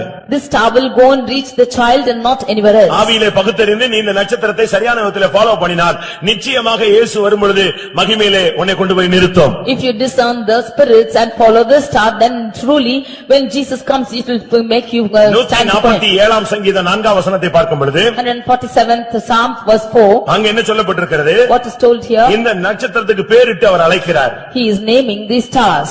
இந்த நட்சத்திரத்துக்கு இலக்கத்தை வைத்து இத்தனை என்னென்ன நம்பர்னு வச்சிருக்கிறார். He has the number for these stars. அதுக்கு பேரும் சொல்றாரு நம்பரும் சொல்றாரு. He is calling them by their names and the number. வெளிப்படுத்தல் 14ஆம் அதிகாரத்துல இந்த நம்பர் சொல்லி இருக்கிறாரு. In Revelation 14th chapter, this number is told. 144,000 நட்சத்திரங்கள் அங்க சொல்லப்பட்டிருக்கிறார். 1,44,000 stars have been told here. இந்த நட்சத்திரத்தை நீ ஃபாலோ பண்ணவே தவிர இந்த நட்சத்திரத்தை நீ ஃபாலோ பண்ணிட்டு இருக்கும் பொழுது ஏரோது பக்கம் திரும்பிடக் கூடாது. You should follow this star and just to follow this star they come out of Herod. உன்னுடைய வாழ்க்கையில நீ ஏரோதுக்கு நேராக இந்த நட்சத்திரம் உன்னை கொண்டு போகாது. This star will not lead you towards Herod. ஒருவேளை பாடுகளை பத்தி உங்களுக்கு சொல்லி தருவோம். Maybe you will be taught to suffer. பலவிதமான வியாதிகளுக்குள்ள நீங்கள் போக வேண்டியிருக்கும். Maybe you have to go through many sicknesses. தேவ பக்தியா நடக்க விரும்புகிற அனைவரும் துன்பப்படுத்தப்படுவார்கள். All those who want to walk godly, they will be troubled. நீதிமான்களுக்கு வரும் துன்பம் அது அதிகம். ஆனாலும் தேவன் அதிலிருந்து அவனை விடுவித்து ரட்சிப்பார். The troubles for the righteous person will be more, but the Lord will save them of all. இந்த விசுவாச பாதை என்பது சுமூகமான பாதை அல்ல. இது மரணத்தோடு போராடுகிற ஒரு பாதை. The path of faith is not an easier path, but it is striving with death. இது நடுக்கடல் பயணம். This is the path of the mid-sea. இது ஒரு ஆகாய பயணம். This is the path of the air. இது கன்மலையில் ஏறக்கூடிய ஒரு பகுதி. This is the path of climbing the mountains. இது கயிறின் மேல நடக்கிற மாதிரி ஒரு பாதை. This is the path as you tread over the rope. சிங்ககபிகள் உண்டு. There are lions' dens. 7 மடங்கு அக்கினி சூளைகள் உண்டு. There are furnaces. இந்த வழியிலே ஆறுகள் உண்டு. In this path there are rivers. இந்த வழியிலே அவாந்தர வழிகள் உண்டு. In this path there is wilderness. தேவைப்பட்டால் அரண்மனை வழியாகவும் இது கடந்து போகும். If it's necessary, it will go through palaces too. ஆனால் இது இயேசுவிடம் போய் சேரக்கூடியது. But this will go reach to Jesus. நீ இந்த மார்க்கத்தை இந்த நட்சத்திரத்தை சரியான விதத்துல ஃபாலோ பண்ண வேண்டும். You should follow this star rightly. இல்ல எல்லா இடத்துல போனாலும் எல்லாரும் ஒரே பைபிள் தான் வச்சிருக்காங்க. எல்லாரும் நேரா அங்கதான் கொண்டு போய் சேர்ப்பாங்க. சேர்த்துட்டா நல்லது. Wherever we go, they have the same Bible and they will lead to the same place. If they reach you, it's okay. எல்லா நட்சத்திரமும் மூவ் பண்ணா என்ன ஆகுறது? If all the right stars are going to the same place, ஒரு நட்சத்திரம் தான் move பண்ண முடியும். only one star can go. அந்த நட்சத்திரங்கள் வானங்கள்ல மூவ் ஆகுமே தவிர மனிதனை அழைத்து செல்ல இயலாது. All the stars will be found in the heavens, but they cannot lead man. கர்த்தருடைய பரிசுத்த நாமத்துக்கு மகிமை உண்டாவதாக. Glory be to the holy name of the Lord. இவர்கள் வெளியே வந்தபோது அந்த நட்சத்திரத்தை கண்டு சந்தோஷம் அடைந்தார்கள். After they came out, they were rejoiced of seeing this star. இப்ப அந்த நட்சத்திரம் போயிட்டே இருக்கு. Now the star is keeping on going. அந்த கிராமத்துல மூவ் ஆகி போயிட்டே இருக்கு. And it is going towards that village. இவங்க அப்படியே தேடிட்டே இருக்காங்க. எந்த வீட்ல இயேசு பிறந்திருப்பாருன்னு இப்படியே தடுமாறிட்டே வந்தா அது போய் மாட்டு தொழுவத்துல போய் பிரேக் அடிச்சிருச்சு. They are searching for where Jesus is born. This star went and stopped in the manger. என்னடா பெந்தேகோஸ்துல வந்தா கொஞ்சம் நல்லா இருப்போம் செழிப்பா இருப்போம்னு நினைச்சீங்களா? இங்க வந்த பிறகு மறுபடியும் இதே போராட்டம் இதே கலக்கமா இருக்கு. இதுதான் உன்னுடைய பாதை. இதனுடைய முடிவு இயேசுவாக இருப்பார். Did you think that you will be enjoying after coming into this Pentecostal religion? This is the way of suffering, and the Lord will lead you. அவர்கள் அந்த வீட்டுக்குள் பிரவேசித்தார்கள். They entered into that house. இது சபைக்குள்ள நீ பிரவேசிக்கிற ஒரு அனுபவத்தை காண்பிக்கிறது. This shows the experience of you entering the church. அங்க போய் தங்களுடைய பொக்கிஷத்தை அவர்கள் திறந்து வைத்தார்கள். They went and opened their gifts. உன்னுடைய கையில பொக்கிஷம் இருக்கா? Do you have your treasures in your hands? உன்னுடைய பொக்கிஷம் எங்க இருக்கு? Where is your treasure? உன்னுடைய பொக்கிஷம் எங்க இருக்கு? Where is your treasure? லாக்கர்லயா? Locker? Is it in the locker? Any bank? Or any bank? எங்க இருக்கு உங்களுடைய பொக்கிஷம்? Where is your treasure? இல்ல பேங்க்லயும் இல்ல லாக்கர்லயும் இல்ல நிலமாய் வாங்கி போட்டுருக்கிறோம். அதுதான் இப்ப நல்ல ரேட் வந்துட்டு இருக்கு. It is not in the bank or locker, we have it in good custody. எங்க உன்னுடைய பொக்கிஷம் உலகத்துல இருக்கா? உன்னுடைய பொக்கிஷம் பரலோகத்துல சேர்த்து வைக்கப்பட்டிருக்கிறா? Is your treasure in the world or it is stored in heaven? இவங்க போய் தங்களுடைய பொக்கிஷத்தை திறந்தாங்க. They went and opened their treasures. கர்த்தருடைய பரிசுத்த நாமத்துக்கு மகிமை உண்டாவதாக. Glory be to the name of the Lord. 3 காரியத்தை அவர்கள் பொக்கிஷமாக காணிக்கையாக இயேசுவுக்கு வைத்து பணிந்து கொண்டு அவருடைய லட்சியம் முடிந்து விட்டது. They went and presented unto Jesus 3 gifts, and till then their goal is over. இயேசுவை பார்க்கிறதுக்கு 3 தகுதி வேணும். You need three tendencies, worthiness to go see மூணு Jesus. குவாலிபிகேஷன் உங்க கையில வச்சிருக்கு, சர்டிபிகேட் வச்சிருக்கணும் நீ. You need three qualifications to go see Jesus. இந்த மூணு இல்லாம இதுல ஒன்னு வச்சிட்டு ஒன்னு இருந்தாலும் உன்னுடைய ஓட்டம் ஜெயமாய் முடியாது. If you have one and not the other, then your life will not be victorious. ஒருத்தன் போய் பொன்னை திறந்து வைத்தான். One went and opened gold. அது உன்னுடைய விசுவாசத்தை காத்துக்கொண்ட ஜீவியத்தை காண்பிக்கிறது. That shows the life wherein you preserve your faith. காட்டுக்கு போகும், மலைக்கு போகும், அரண்மனைக்கு போகும், எங்க போனாலும் உன்னுடைய விசுவாசத்தை நீ என்ன செய்யக்கூடாது, தொலைச்சிட கூடாது. It will go to the forest, the mountain and the palaces. Wherever you might go, you should not lose your faith. நம்ம ஆளுங்க ஒரு சிலர் பைபிளை தொலைச்சிடுறாங்க பாத்தீங்களா? Some of our people even lose their Bibles. Certificate தொலைச்சிடுவாங்க. They lose their certificates. வீட்டு பத்திரத்தை தொலைச்சிடுவாங்க. They lose their documents. என்னெல்லாமோ தொலைச்சிட்டு வர்றான் வரிசையில. They just miss it out somewhere. ஆனா இவங்க அந்த ஒரு சாஸ்திரி இந்த பொண்ணை எங்கெல்லாமோ காடு மலை சுத்தினாலும் பரவாயில்ல, இவன் அந்த பொண்ணை பாதுகாத்து கொண்டு வந்து இயேசுவின் பாதத்துல வச்சான். But even after following the hills and mountains and valleys, he somehow preserved the gold and placed it before Jesus. Final ரவுண்ட்ல நீ போய் சொல்லணும், நான் விசுவாசத்தை காத்துக்கொண்டேன். In the final round, you should go and say that I have விசுவாசத்தில் நல்ல போராட்டத்தை போராடினேன். I have strove the fight of faith. ஒருவேளை வழியில நீ divert ஆயிருக்கலாம். Maybe you have been diverted in a way.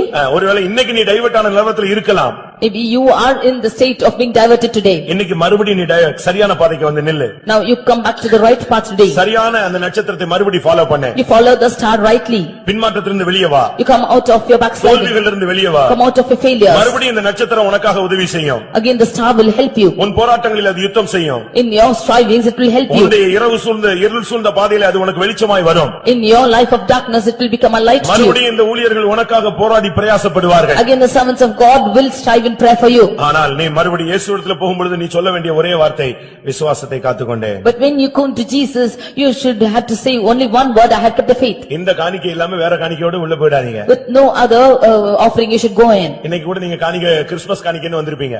Today too you would have come with Christmas offering. அப்படி ஒரு காணிக்கை நம்ம சபையில கிடையவே கிடையாது. We have no such offerings. அறுப்பும் பண்டிகையும் கிடையாது. யார் போய் அறுத்துட்டு வந்தீங்க? We have no feast of harvest. அறுப்பு பண்டிகை எல்லாம் ஓல்ட் டெஸ்டமென்ட் போயிடுறான். இயேசு பிறந்து புதிய ஏற்பாடு வந்து 20ஆம் 21ஆம் நூற்றாண்டுக்கு வந்த பிறகு இவன் 3ஆம் நூற்றாண்டுக்கு போயிட்டு இருக்கான். இல்ல அதுக்கு பின்னால கிறிஸ்துவுக்கு முன்னால உள்ள நூற்றாண்டுக்கு போயிட்டு இருக்கான். Even after Jesus is born and then இதெல்லாம் பணம் வசூலிக்க கூடிய root.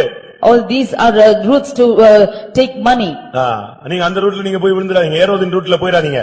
You do not go into that track and fall with Herod. நீ ஓட்டத்தை முடிக்கும் பொழுது இயேசுவை நீ பார்க்கும் பொழுது அவரை பணிந்து கொள்ளும் பொழுது உன் கையில விசுவாசத்தை காத்துக்கொண்டேன். நான் தூக்கிட்டு வந்த விசுவாசம் அன்னைக்கு நான் வீட்ல இருந்து புறப்படும் போது என்ன விசுவாசத்துல கிளம்பினோ அந்த விசுவாசம் எங்க இருக்கு? இதோ பொன்னை நான் வைக்கிறேன். When you should come before, when you should meet Jesus and fall before him, then you should carry on the faith which you have took it when you have left the house. அடுத்த சாஸ்திரி வந்து முழங்கால் போட்டான். The next wise man came and knelt. அவன் திறந்து வச்சது தூப வர்க்கம். What he opened was frankincense. இது ஜெப ஜீவியத்தை காண்பிக்கிறது. This shows the life of prayer. உன்னுடைய ஜெபம் தான் அங்க போய் நிக்க போகும். உன்னை கொண்டு போய் நிறுத்த போகிறது. It's your prayer which will take and place you there. அப்போஸ்தலர் 10ஆம் அதிகாரத்துல கொர்நேலியுவுக்கு ஒரு தூதன் வந்து பதில் சொன்னான். In Acts of Apostles 10th chapter to Cornelius an angel came and spoke உன்னுடைய to him. ஜெபங்கள் தேவ சந்நிதியிலே வந்து எட்டினது. Your prayers have come and come to the presence of God. உன்னுடைய ஜெப ஜீவியத்தை நீ அங்க கொண்டு போய் நிறுத்தணும். நான் ஆரம்பத்துல எப்படி ஜெபித்தனோ அதே ஜெப ஜீவியம் இன்னைக்கு எனக்கு இருக்கு சுவாமி. இதோ நான் உம்முடைய சமூகத்துல வந்திருக்கிறேன் சொல்லணும். Your prayer life should go and meet before God the prayer life which I had in the beginning. Lord, I have it now and I have come with prayer before you. எத்தனை பேருக்கு அப்படி வாசனை வீசக்கூடிய தூப வர்க்கம் வாசனை வீசக்கூடிய வாழ்க்கை இருக்கிறது? How many you have the life of frankincense wherein you தூப give வர்க்கத்திலே smell? ஒரு விளக்கம் ஜெபமும் இருந்தும் மற்றொரு பகுதி கிறிஸ்துவை வெளிப்படுத்தக்கூடிய வாழ்க்கை. On one angle this shows prayer and the next angle it shows revealing Christ. இந்த தூப வர்க்கத்தை அக்கினியில போட்டா என்ன நடக்கும்? If frankincense is put on the fire, what will happen? என்ன நடக்கும்? அந்த இடம் முழுவதும் வாசனை வீசும். The whole place will be sweet smelling. நீ உன்னுடைய ஜீவியத்தை ஒரு வாசனை வீசக்கூடிய வாழ்க்கையாய் நீ பாதுகாத்திருக்க வேண்டும். Your life should be preserved as a sweet smelling. நாற்றம் எடுத்த வாழ்க்கை உனக்குள்ள இருக்க கூடாது. Not a life wherein you give out to உன்னுடைய bad smell. அந்தரங்க ஜீவியத்துல நாற்றங்கள் இருக்க கூடாது. In your secret life you should not have bad smell. அடுத்து மூன்றாவது அவன் வெள்ளை போளத்தை கொண்டு போய் வைத்தான். Thirdly he took the myrrh. அது ஒரு கசப்பான தன்மை, அதாவது இருதயம் நொறுங்குண்ட ஒரு தன்மை. It shows a bitter experience wherein your heart is broken. இருதயம் கடினம் உள்ளவர்கள் தேவனை பார்க்க முடியாது. Those who have hard hearts they cannot see God. இருதயம் நொறுங்குண்டவர்களுக்கு தேவன் சமீபமா இருக்கிறார். The Lord is near to them who are of a contrite heart. நொறுங்குண்டதும் நறுங்குண்டதுமான இருதயத்தை நீர் புறக்கணியீர். The Lord will not cast away the contrite and broken heart. மனுஷன் முகத்தை பார்க்கிறான், கர்த்தரோ இருதயத்தை பார்க்கிறார். Man is looking at the face, but the Lord looks at நீ the heart. ஆண்டவர்ட்ட போய் நிக்கும் பொழுது உன்னுடைய இருதயம் சுத்தமாய் நிக்க வேண்டும். When you stand for God, your heart should be pure. இருதயத்தில் சுத்தமுள்ளவர்கள் பாக்கியவான்கள், அவர்கள் தேவனை தரிசிப்பார்கள். Blessed are the pure in heart, for they shall see God. இதுதான் நம்ம கொண்டு போய் லாஸ்ட்ல நிறுத்த வேண்டிய ஒரு 3 காரியம். These are the 3 things which we have to place before him at last. பாதை மாறி போயிருக்கிறாய். You have gone astray from your இன்னைக்கு path. சரியான பாதையிலே வருவாயாக. You come to the right path today. வந்தால் மட்டும் போதாது. Not sufficient to come உன்னுடைய to it. விசுவாசத்தை நீ காத்துக்கொள்ள வேண்டும். You should hold on to the faith. கிறிஸ்துவை வெளிப்படுத்தக்கூடிய ஜீவியத்தை நீ காத்துக்கொள்ள வேண்டும். You should preserve the life wherein you reveal Christ. உன்னுடைய இருதயத்தை எல்லா காவலோடும் காத்துக்கொண்டு போய் என் இருதயத்தில் எந்த மாசும் இல்லை என்று நீ சொல்ல வேண்டும். You should preserve your heart and you should say that you have no blemish in your heart. இதுதான் கர்த்தர் இந்த காலை வேளையிலே உனக்கு கொடுக்கிற கிறிஸ்துமஸ் நற்செய்தி. This is the good tidings which Jesus is giving நான் to you. இன்னைக்கு குழந்தை இயேசுவாக அல்ல, வரப்போகிற ராஜாவா இருக்கிறேன். Not as an infant Jesus, but I am as God to come. என்னை காண வந்தால் நீ நட்சத்திரத்தை பின்பற்று.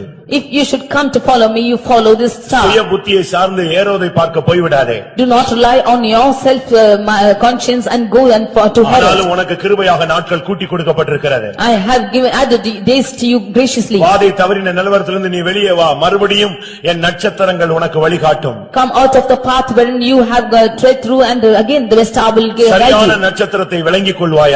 You should understand the right star. நீ என்னை பார்க்கும் பொழுது When you see me, உன்னுடைய கையில பொக்கிஷம் இருக்க வேண்டும். you should have gifts in your hand. விசுவாசத்தை காத்துக்கொண்டவர்கள் தான் இயேசுவை பார்க்க முடியும். Only those who have preserved their faith can see God. ஜெப ஜீவியத்தையும் தங்களுடைய வாழ்க்கையில கிறிஸ்துவை வெளிப்படுத்துகிற வாழ்க்கையும் அமைத்துக் கொண்டவர்கள் மாத்திரமே இயேசுவை போய் பணிந்து கொள்ள முடியும். Only those who have preserved their prayer life and those who have revealed the character of Christ, they can go and see ஒரு Jesus. நொறுங்குண்ட இருதயமும் இருதயத்தை காத்துக்கொண்டவர்களும் அவர்கள்தான் இயேசுவை போய் பார்க்க முடியும். Only those who have preserved their heart in a contrite state, they can go see Jesus. அருமையானவர்களே, உங்களில் எத்தனை பேர் இந்த வாழ்க்கைக்கு உங்களை சமர்ப்பிக்கிறீர்கள்? Dear beloved, how many of you surrender your life for this? ஆண்டவரே, நான் உம்மை வந்து பார்க்க வேண்டும். Lord, I had to come and see you. நான் உம்மை மகிமையிலே நான் உம்மை காண விரும்புகிறேன். I want to see you in your glory. அந்நிய கண்களிலே என் சொந்த கண்களை உம்மை காண வாஞ்சிக்கிறது. Not with alien eyes, but my eyes want to see you. எக்காலம் தொனிக்கும் பொழுது நான் மறுரூபமாக விரும்புகிறேன். When the trump shall sound, I want to be அப்படி transformed. சொல்றவங்க எல்லாம் கண்களை மூடி முழங்கால் படியிடுங்கள். All this says so, you close your eyes and kneel நான் down. பாதை மாறி போய்விட்டேன். I have gone away from my இனிமேல் track. என்னுடைய வாழ்க்கையில பாதை மாற மாட்டேன். Hereafter, I will not go away from this path. நான் சுகபோக வாழ்க்கையில மாட்டிக்கொண்டேன். I have got caught into the இனிமேல் righteous அப்படிப்பட்ட life. வாழ்க்கை எனக்கு வேண்டாம். Hereafter, such a life I do not நான் want. எப்படியா என் விசுவாசத்தை காத்துக்கொண்டவனாய் இயேசுவை சந்திக்க வாஞ்சிக்கிறேன். I want to see Jesus having preserved my faith. அப்படி விரும்புகிறவங்க தயவு செய்து கண்களை மூடி முழங்கால் படியிடுங்கள். All those who desire for such a life, close your eyes and kneel down. உன்னோடு கர்த்தர் பேசிக் கொண்டிருந்தார். The Lord is speaking to you, யாரோடும் அல்ல, not to anybody else. உனக்காகவே உன்னோடு கர்த்தர் பிரத்யட்சமாய் இடைப்பட்டிருப்பதை நீ ஆவியிலே உணர்ந்திருக்கிறாய். And you know in your spirit that Lord is definitely speaking to you alone. நீ ஒரு சாஸ்திரியாக இருந்தால் நீ ஒரு அபிஷேகம் பண்ணப்பட்டவன். If you are a wise man, then you are an anointed person. உன்னை கர்த்தர் ஒரு பெரிய நோக்கத்தோடு தான் இந்த மார்க்கத்திலே கொண்டு வந்திருக்கிறார். It is with the great purpose that the Lord has brought us into religion. உன்னை பிறக்க வைத்ததற்கு நோக்கமே நீ முடிவிலே இயேசுவை போய் பார்க்க வேண்டும். The purpose for which you have been given birth is that you might go see உன்னை Jesus again. ரட்சித்ததின் நோக்கமே நீ இயேசுவை மகிமையிலே போய் சந்திக்க வேண்டும். The purpose for meeting you is that you might see Jesus in the end. ஏன் உன்னை சுகமாக்கினார்? Why did he heal you? ஏன் செய்வனிலிருந்து உன்னை விடுவித்தார்? Why did he deliver you from ஏன் enchantments? புழுதியிலிருந்து உன்னை தூக்கி எடுத்தார்? Why did he bring you out of the dust? ஏன் தரித்திரத்தை மாற்றி செழிப்பாய் மாற்றினார்? Why did he change your poverty into lusciousness? தலைகுனிந்து திரிந்த உன்னை தலைநிமிர்ந்து நடக்க வைத்தது எதற்காக? You who were bent down, the Lord had lifted you up by for? உன்னுடைய சகோதரர் மத்தியிலே உன்னை கனம் பண்ணினது எதற்காக? In the midst of your brethren, he has honored you. Why for? நீ பாதை மாறி போக அல்ல. Not that you should traverse from your path. நீ சபையிலே வந்து சபையிலே மற்றவர்களை துன்பப்படுத்த அல்ல. Not that you might come and grieve the children of God. நீ சபைக்குள்ள வந்து துர்க்குணம் பொல்லாப்பிலே சிக்கிக் கொண்டிருக்க அல்ல. Not to that you might come and entangle yourself in violence and wickedness. சபைக்குள்ள வந்து நீ மனுஷ கொலைபாதகனாய் இருக்கும்படியாக அல்ல. After coming to the church, not to become a murderer. நீ சரியான விதத்திலே நட்சத்திரத்தை பின்பற்றி நீ மகிமையிலே இயேசுவை சந்திக்கும்படியாக. That you might follow the star rightly and see Jesus in his glory. ஆம், நான் இயேசுவை பார்க்கும்படியாக அழைக்கப்பட்டவன். Yes, I have been called to see Jesus. நான் இயேசுவை பார்க்கும்படியாக பயணத்தை தொடங்கி இருக்கிறவன். I have started my journey that I might see Jesus. எத்தனை பேர் அப்படி சொல்லுகிறீர்கள்? How many of you say so? அப்படி சொல்றவங்க கரங்களை உயர்த்தி ஒரு அல்லேலூயா சொல்லுங்க. Hallelujah. ஆமென். கர்த்தர் இந்த காலை வேளையிலே உன்னோடு இடைப்பட்டு கொண்டிருக்கிறார். The Lord is intervening with you this morning. இந்த கூட்டத்தினுடைய முக்கிய நோக்கம் என்ன தெரியுமா? What is the important பாதை மாறி போன சாஸ்திரிகளே, சரியான பாதைக்கு நீங்கள் வாருங்கள். Wise men who have gone astray from your path, you come back to the right path. எத்தனையோ நூற்றாண்டுகள் எவ்வளவோ பேர் இயேசுவின் பிறப்பை எதிர்பார்த்தார்கள். For many centuries they have been expecting the birth of Jesus. அநேக பெண்கள் கன்னி பெண்களாகவே வாழ்ந்து மரித்தார்கள். Many virgins lived as virgins and died. தெரியுமா உங்களுக்கு? அது தெரியுமா? Do you know that? அந்த நாட்கள்ல அநேக கன்னி பெண்கள் இயேசு எனக்குள்ள பிறக்கணும்னு சொல்லி கல்யாணமே கட்டாம இருந்து செத்துருக்காங்க. In those days many virgins desired Jesus to be born in them and lived and died as virgins. நான் என் கன்னித்தன்மையை காத்துக்கொள்வேன். I will preserve my virginity. இயேசு எனக்குள் பிறந்தால் போதும். If Jesus is born in me it's இப்படி sufficient. அநேக பெண்கள் வாழ்ந்து மரித்து போனார்கள். Like this many girls lived and died. இவைகளுக்கு மத்தியிலே மரியாளுக்கு அப்படிப்பட்ட ஒரு பாக்கியம் கிடைத்தது. In the midst of this Mary got that experience. அவங்களுடைய ஒரே நோக்கம் இயேசு எனக்குள் பிறக்க வேண்டும் என்பது. Her only desire was Jesus should be born in her. அவங்களுக்குலாம் அது கிடைக்கல. But they did not got it. ஆனால் மரியாளுக்கு அது கிடைத்தது. But Mary got it. அதுபோல இன்னைக்கு முழு உலகத்துல எல்லா சபைகளும் இயேசுவை பார்க்கணும்னு இருக்கு. ஆனா ஒரு கூட்டம் தான் இயேசுவை பார்க்க போகிறது. Even so all the churches in the world want to see Jesus, but only one group will be caught up. தயவு செய்து நட்சத்திரத்தை விட்டு விடாதே. Please do not leave the star. தயவு செய்து சபை ஐக்கியத்தை விட்டு விடாதே. Please do not leave the fellowship of the church. பாதை மாறி மார்க்கம் தப்பி போற மற்ற நட்சத்திரங்களை பின்பற்றி விடாதே. Do not follow the wandering stars. கர்த்தர் உன்னை நேசிக்கிறார். The Lord is loving you. இந்த சபைக்குள்ள வந்த பின்பும் கூட பழைய மனுஷனுக்கு இடம் கொடுத்து விடாதே. After coming to this church, don't give room for the old man. உன்னை மகிமையிலே கொண்டு போய் சேர்க்கும்படியாக இயேசு வாஞ்சிக்கிறார். The Lord wants to gather you in his glory. எத்தனை பேர் அப்படி வாஞ்சிக்கிறீர்கள் பிரியமானவர்களே? How many of you desire? கர்த்தாவே, என்னுடைய ஓட்டத்தை நான் முடிக்கும் பொழுது, இல்லாவிட்டால் எக்காலம் துணிக்கும் பொழுது, நான் உம்மை சந்தித்து உம்மை நான் பணிந்து கொள்ள வேண்டும். Lord, when I finish my race or when the trump should sound, then I should come and worship you. அப்படி வாஞ்சிக்கிறவர்கள் உங்களுடைய வாயை திறந்து சொல்லுங்கள், கர்த்தாவே, நான் பாதை உங்களுடைய நிலவரம் உங்களுக்கு தெரியுமே. ஒருவேளை நீங்கள் பாதை மாறி இருந்தால் அதை சொல்லுங்கள். கர்த்தாவே, நான் ஏரோதின் அரண்மனைக்கு போய்விட்டேன். கர்த்தாவே, ஏரோதின் ஜீவியத்துக்கு போய்விட்டேன். கர்த்தாவே, எனக்கு சூழ்நிலைகள் மாறின பொழுது நானும் அதுக்கு சூழ்நிலை கைதியாக மாறி போய்விட்டேன். என்னை மன்னியும் ஆண்டவரே. இன்றைக்கு இந்த வார்த்தை எனக்காக அனுப்பப்பட்டிருக்கிறது. இனிமேல் நான் நட்சத்திரத்தை சரியான விதத்தில் பற்றிக் கொள்வேன். எப்படியாயினும் நீர் வரும்பொழுது நான் உம்மை சந்திக்க வேண்டும். ஹல்லேலூயா, ஆமென்.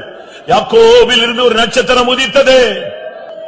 நான் இயேசுவை பார்க்கும்படியாக தீர்மானித்து பல பிரதிஷ்டைகள் பண்ணி பல தீர்மானங்கள் பண்ணி பல காரியங்களை வெறுத்து விட்டு ஒதுக்கி இவைகள் வேண்டாம் அவைகள் வேண்டாம் என்று சொல்லி நான் கடந்து வந்த நாட்களை நான் சிந்தித்து பார்க்கிறேன். ஆனால் இப்பொழுதோ வசனங்களை கேட்ட பொழுது நானும் ஒரு பாதை மாறி விட்டேனோ என்பதை உணர்கிறேன். சுகபோக வாழ்க்கை, கோபம், பெருமை, துர்க்குணம், நேசிக்கக்கூடாத தன்மைகள் இதற்குள் வந்த பொழுது நான் பாதை மாறிவிட்டேனோ என்று நான் கலங்குகிறேன் சொல்றவங்க கைகளை உயர்த்துங்கள். பரவாயில்லை, இன்னைக்கு வெளியே வாங்க. மறுபடியும் இந்த நட்சத்திரம் உங்களை கரம் பிடித்து நடத்தும்.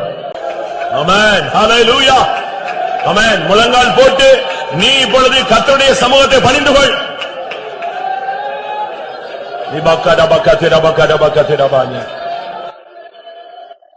யாக்கோபின் தாரகையாய் உதித்தோங்கும் யூத சிங்கம் இவரோ.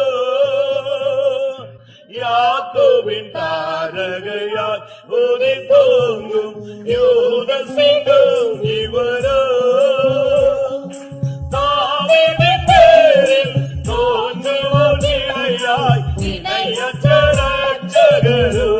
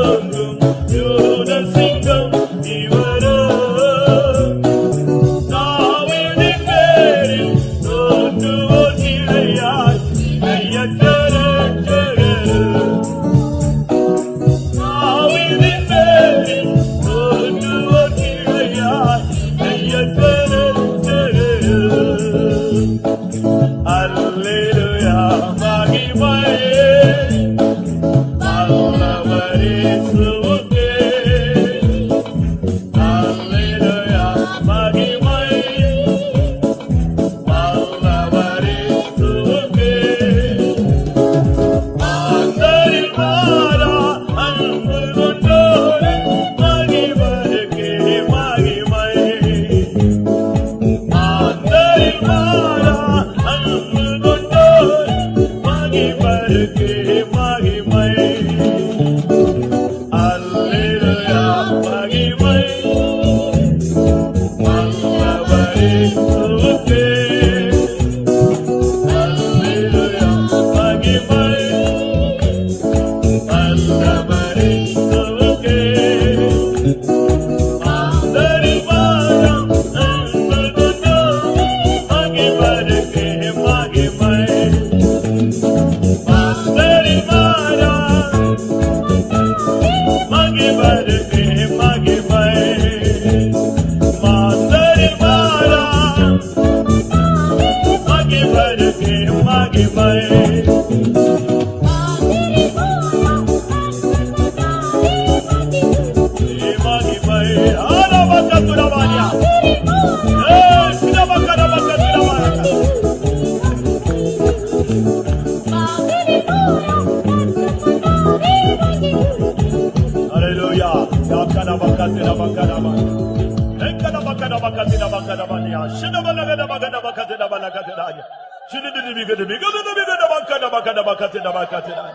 Hallelujah, hallelujah, hallelujah, hallelujah, amen.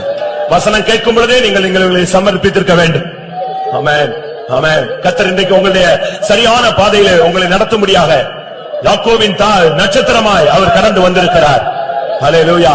உன்னை அழைத்தவர் உண்மை உள்ளவர். ஆமென். நீ மார்க்கம் தப்பி போறது தேவனுடைய திட்டம் அல்ல. நீ வழி விலகி போறது தேவனுடைய விருப்பம் அல்ல. உன்னை சரியான நேர் வழியிலே கொண்டு வந்து நிறுத்தும்படியாக இந்த காலை வேளையிலே கர்த்தர் கடந்து வந்திருக்கிறார். மறுபடியும் அவர் உனக்கு வழிகாட்டுவார். மறுபடியும் அவர் உன் கரத்தை பிடிப்பார். மறுபடியும் உன்னை நேர் வழியிலே நடத்துவார். மறுபடியும் உன்னை இலக்கை நோக்கி பயணப்பட வைப்பார். முடிவிலே உன்னை முடி சூட்டுவார்.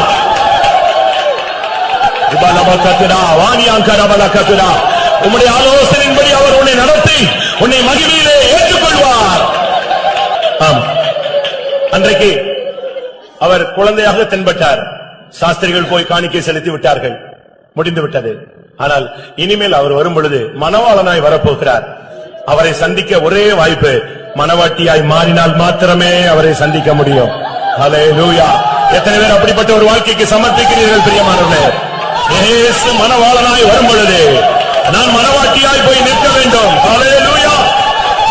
இன்றைக்கு இந்த சத்தத்தை, தேவனுடைய சத்தத்தை நீ கேட்டிருக்கிறாய். உன்னுடைய உண்மையான நிலவரம் உனக்கு புலப்பட்டிருக்கிறது.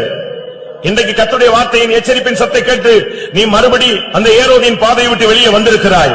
ஹல்லேலூயா. இனிமேல் உன்னுடைய வாழ்க்கை இதிலே சரியான விதத்தில் பயணப்பட வேண்டும். ஹல்லேலூயா. நீ சரியா இந்த பாதையிலே போனால் மணவாளனை நீ சந்திப்பாய். ஹல்லேலூயா. அந்த சாஸ்திரிகள் சரியான பாதையில் வந்த பொழுது இயேசுவை சந்தித்தார்கள். ஆமென். ஹல்லேலூயா. இனி உன் பாதை சரியாக இருக்குமானால் உன்னுடைய பயணம் இலக்கை அடையும். ஆமென். மணவாளனை நீ மணவாட்டியாய் பார்ப்பாய். அந்த நாள் சமீபமாய் இருக்கிறது. புவி மீதினில் சரீரமிப்பு என்று வரும் என காத்திருக்கும். புவி மீதினில் சரீரமிப்பு என்று வரும் என காத்திருக்கும். நாம் மகிழ்ந்திடவே அவர் வந்திடுவார். மணவாட்டியாய் மாறிடுவோம். நாம் மகிழ்ந்திடவே அவர் வந்திடுவார். மணவாட்டியாய் மாறிடுவோம். புவி மீதினில் சரீரமிப்பு என்று வரும் என காத்திருக்கும்.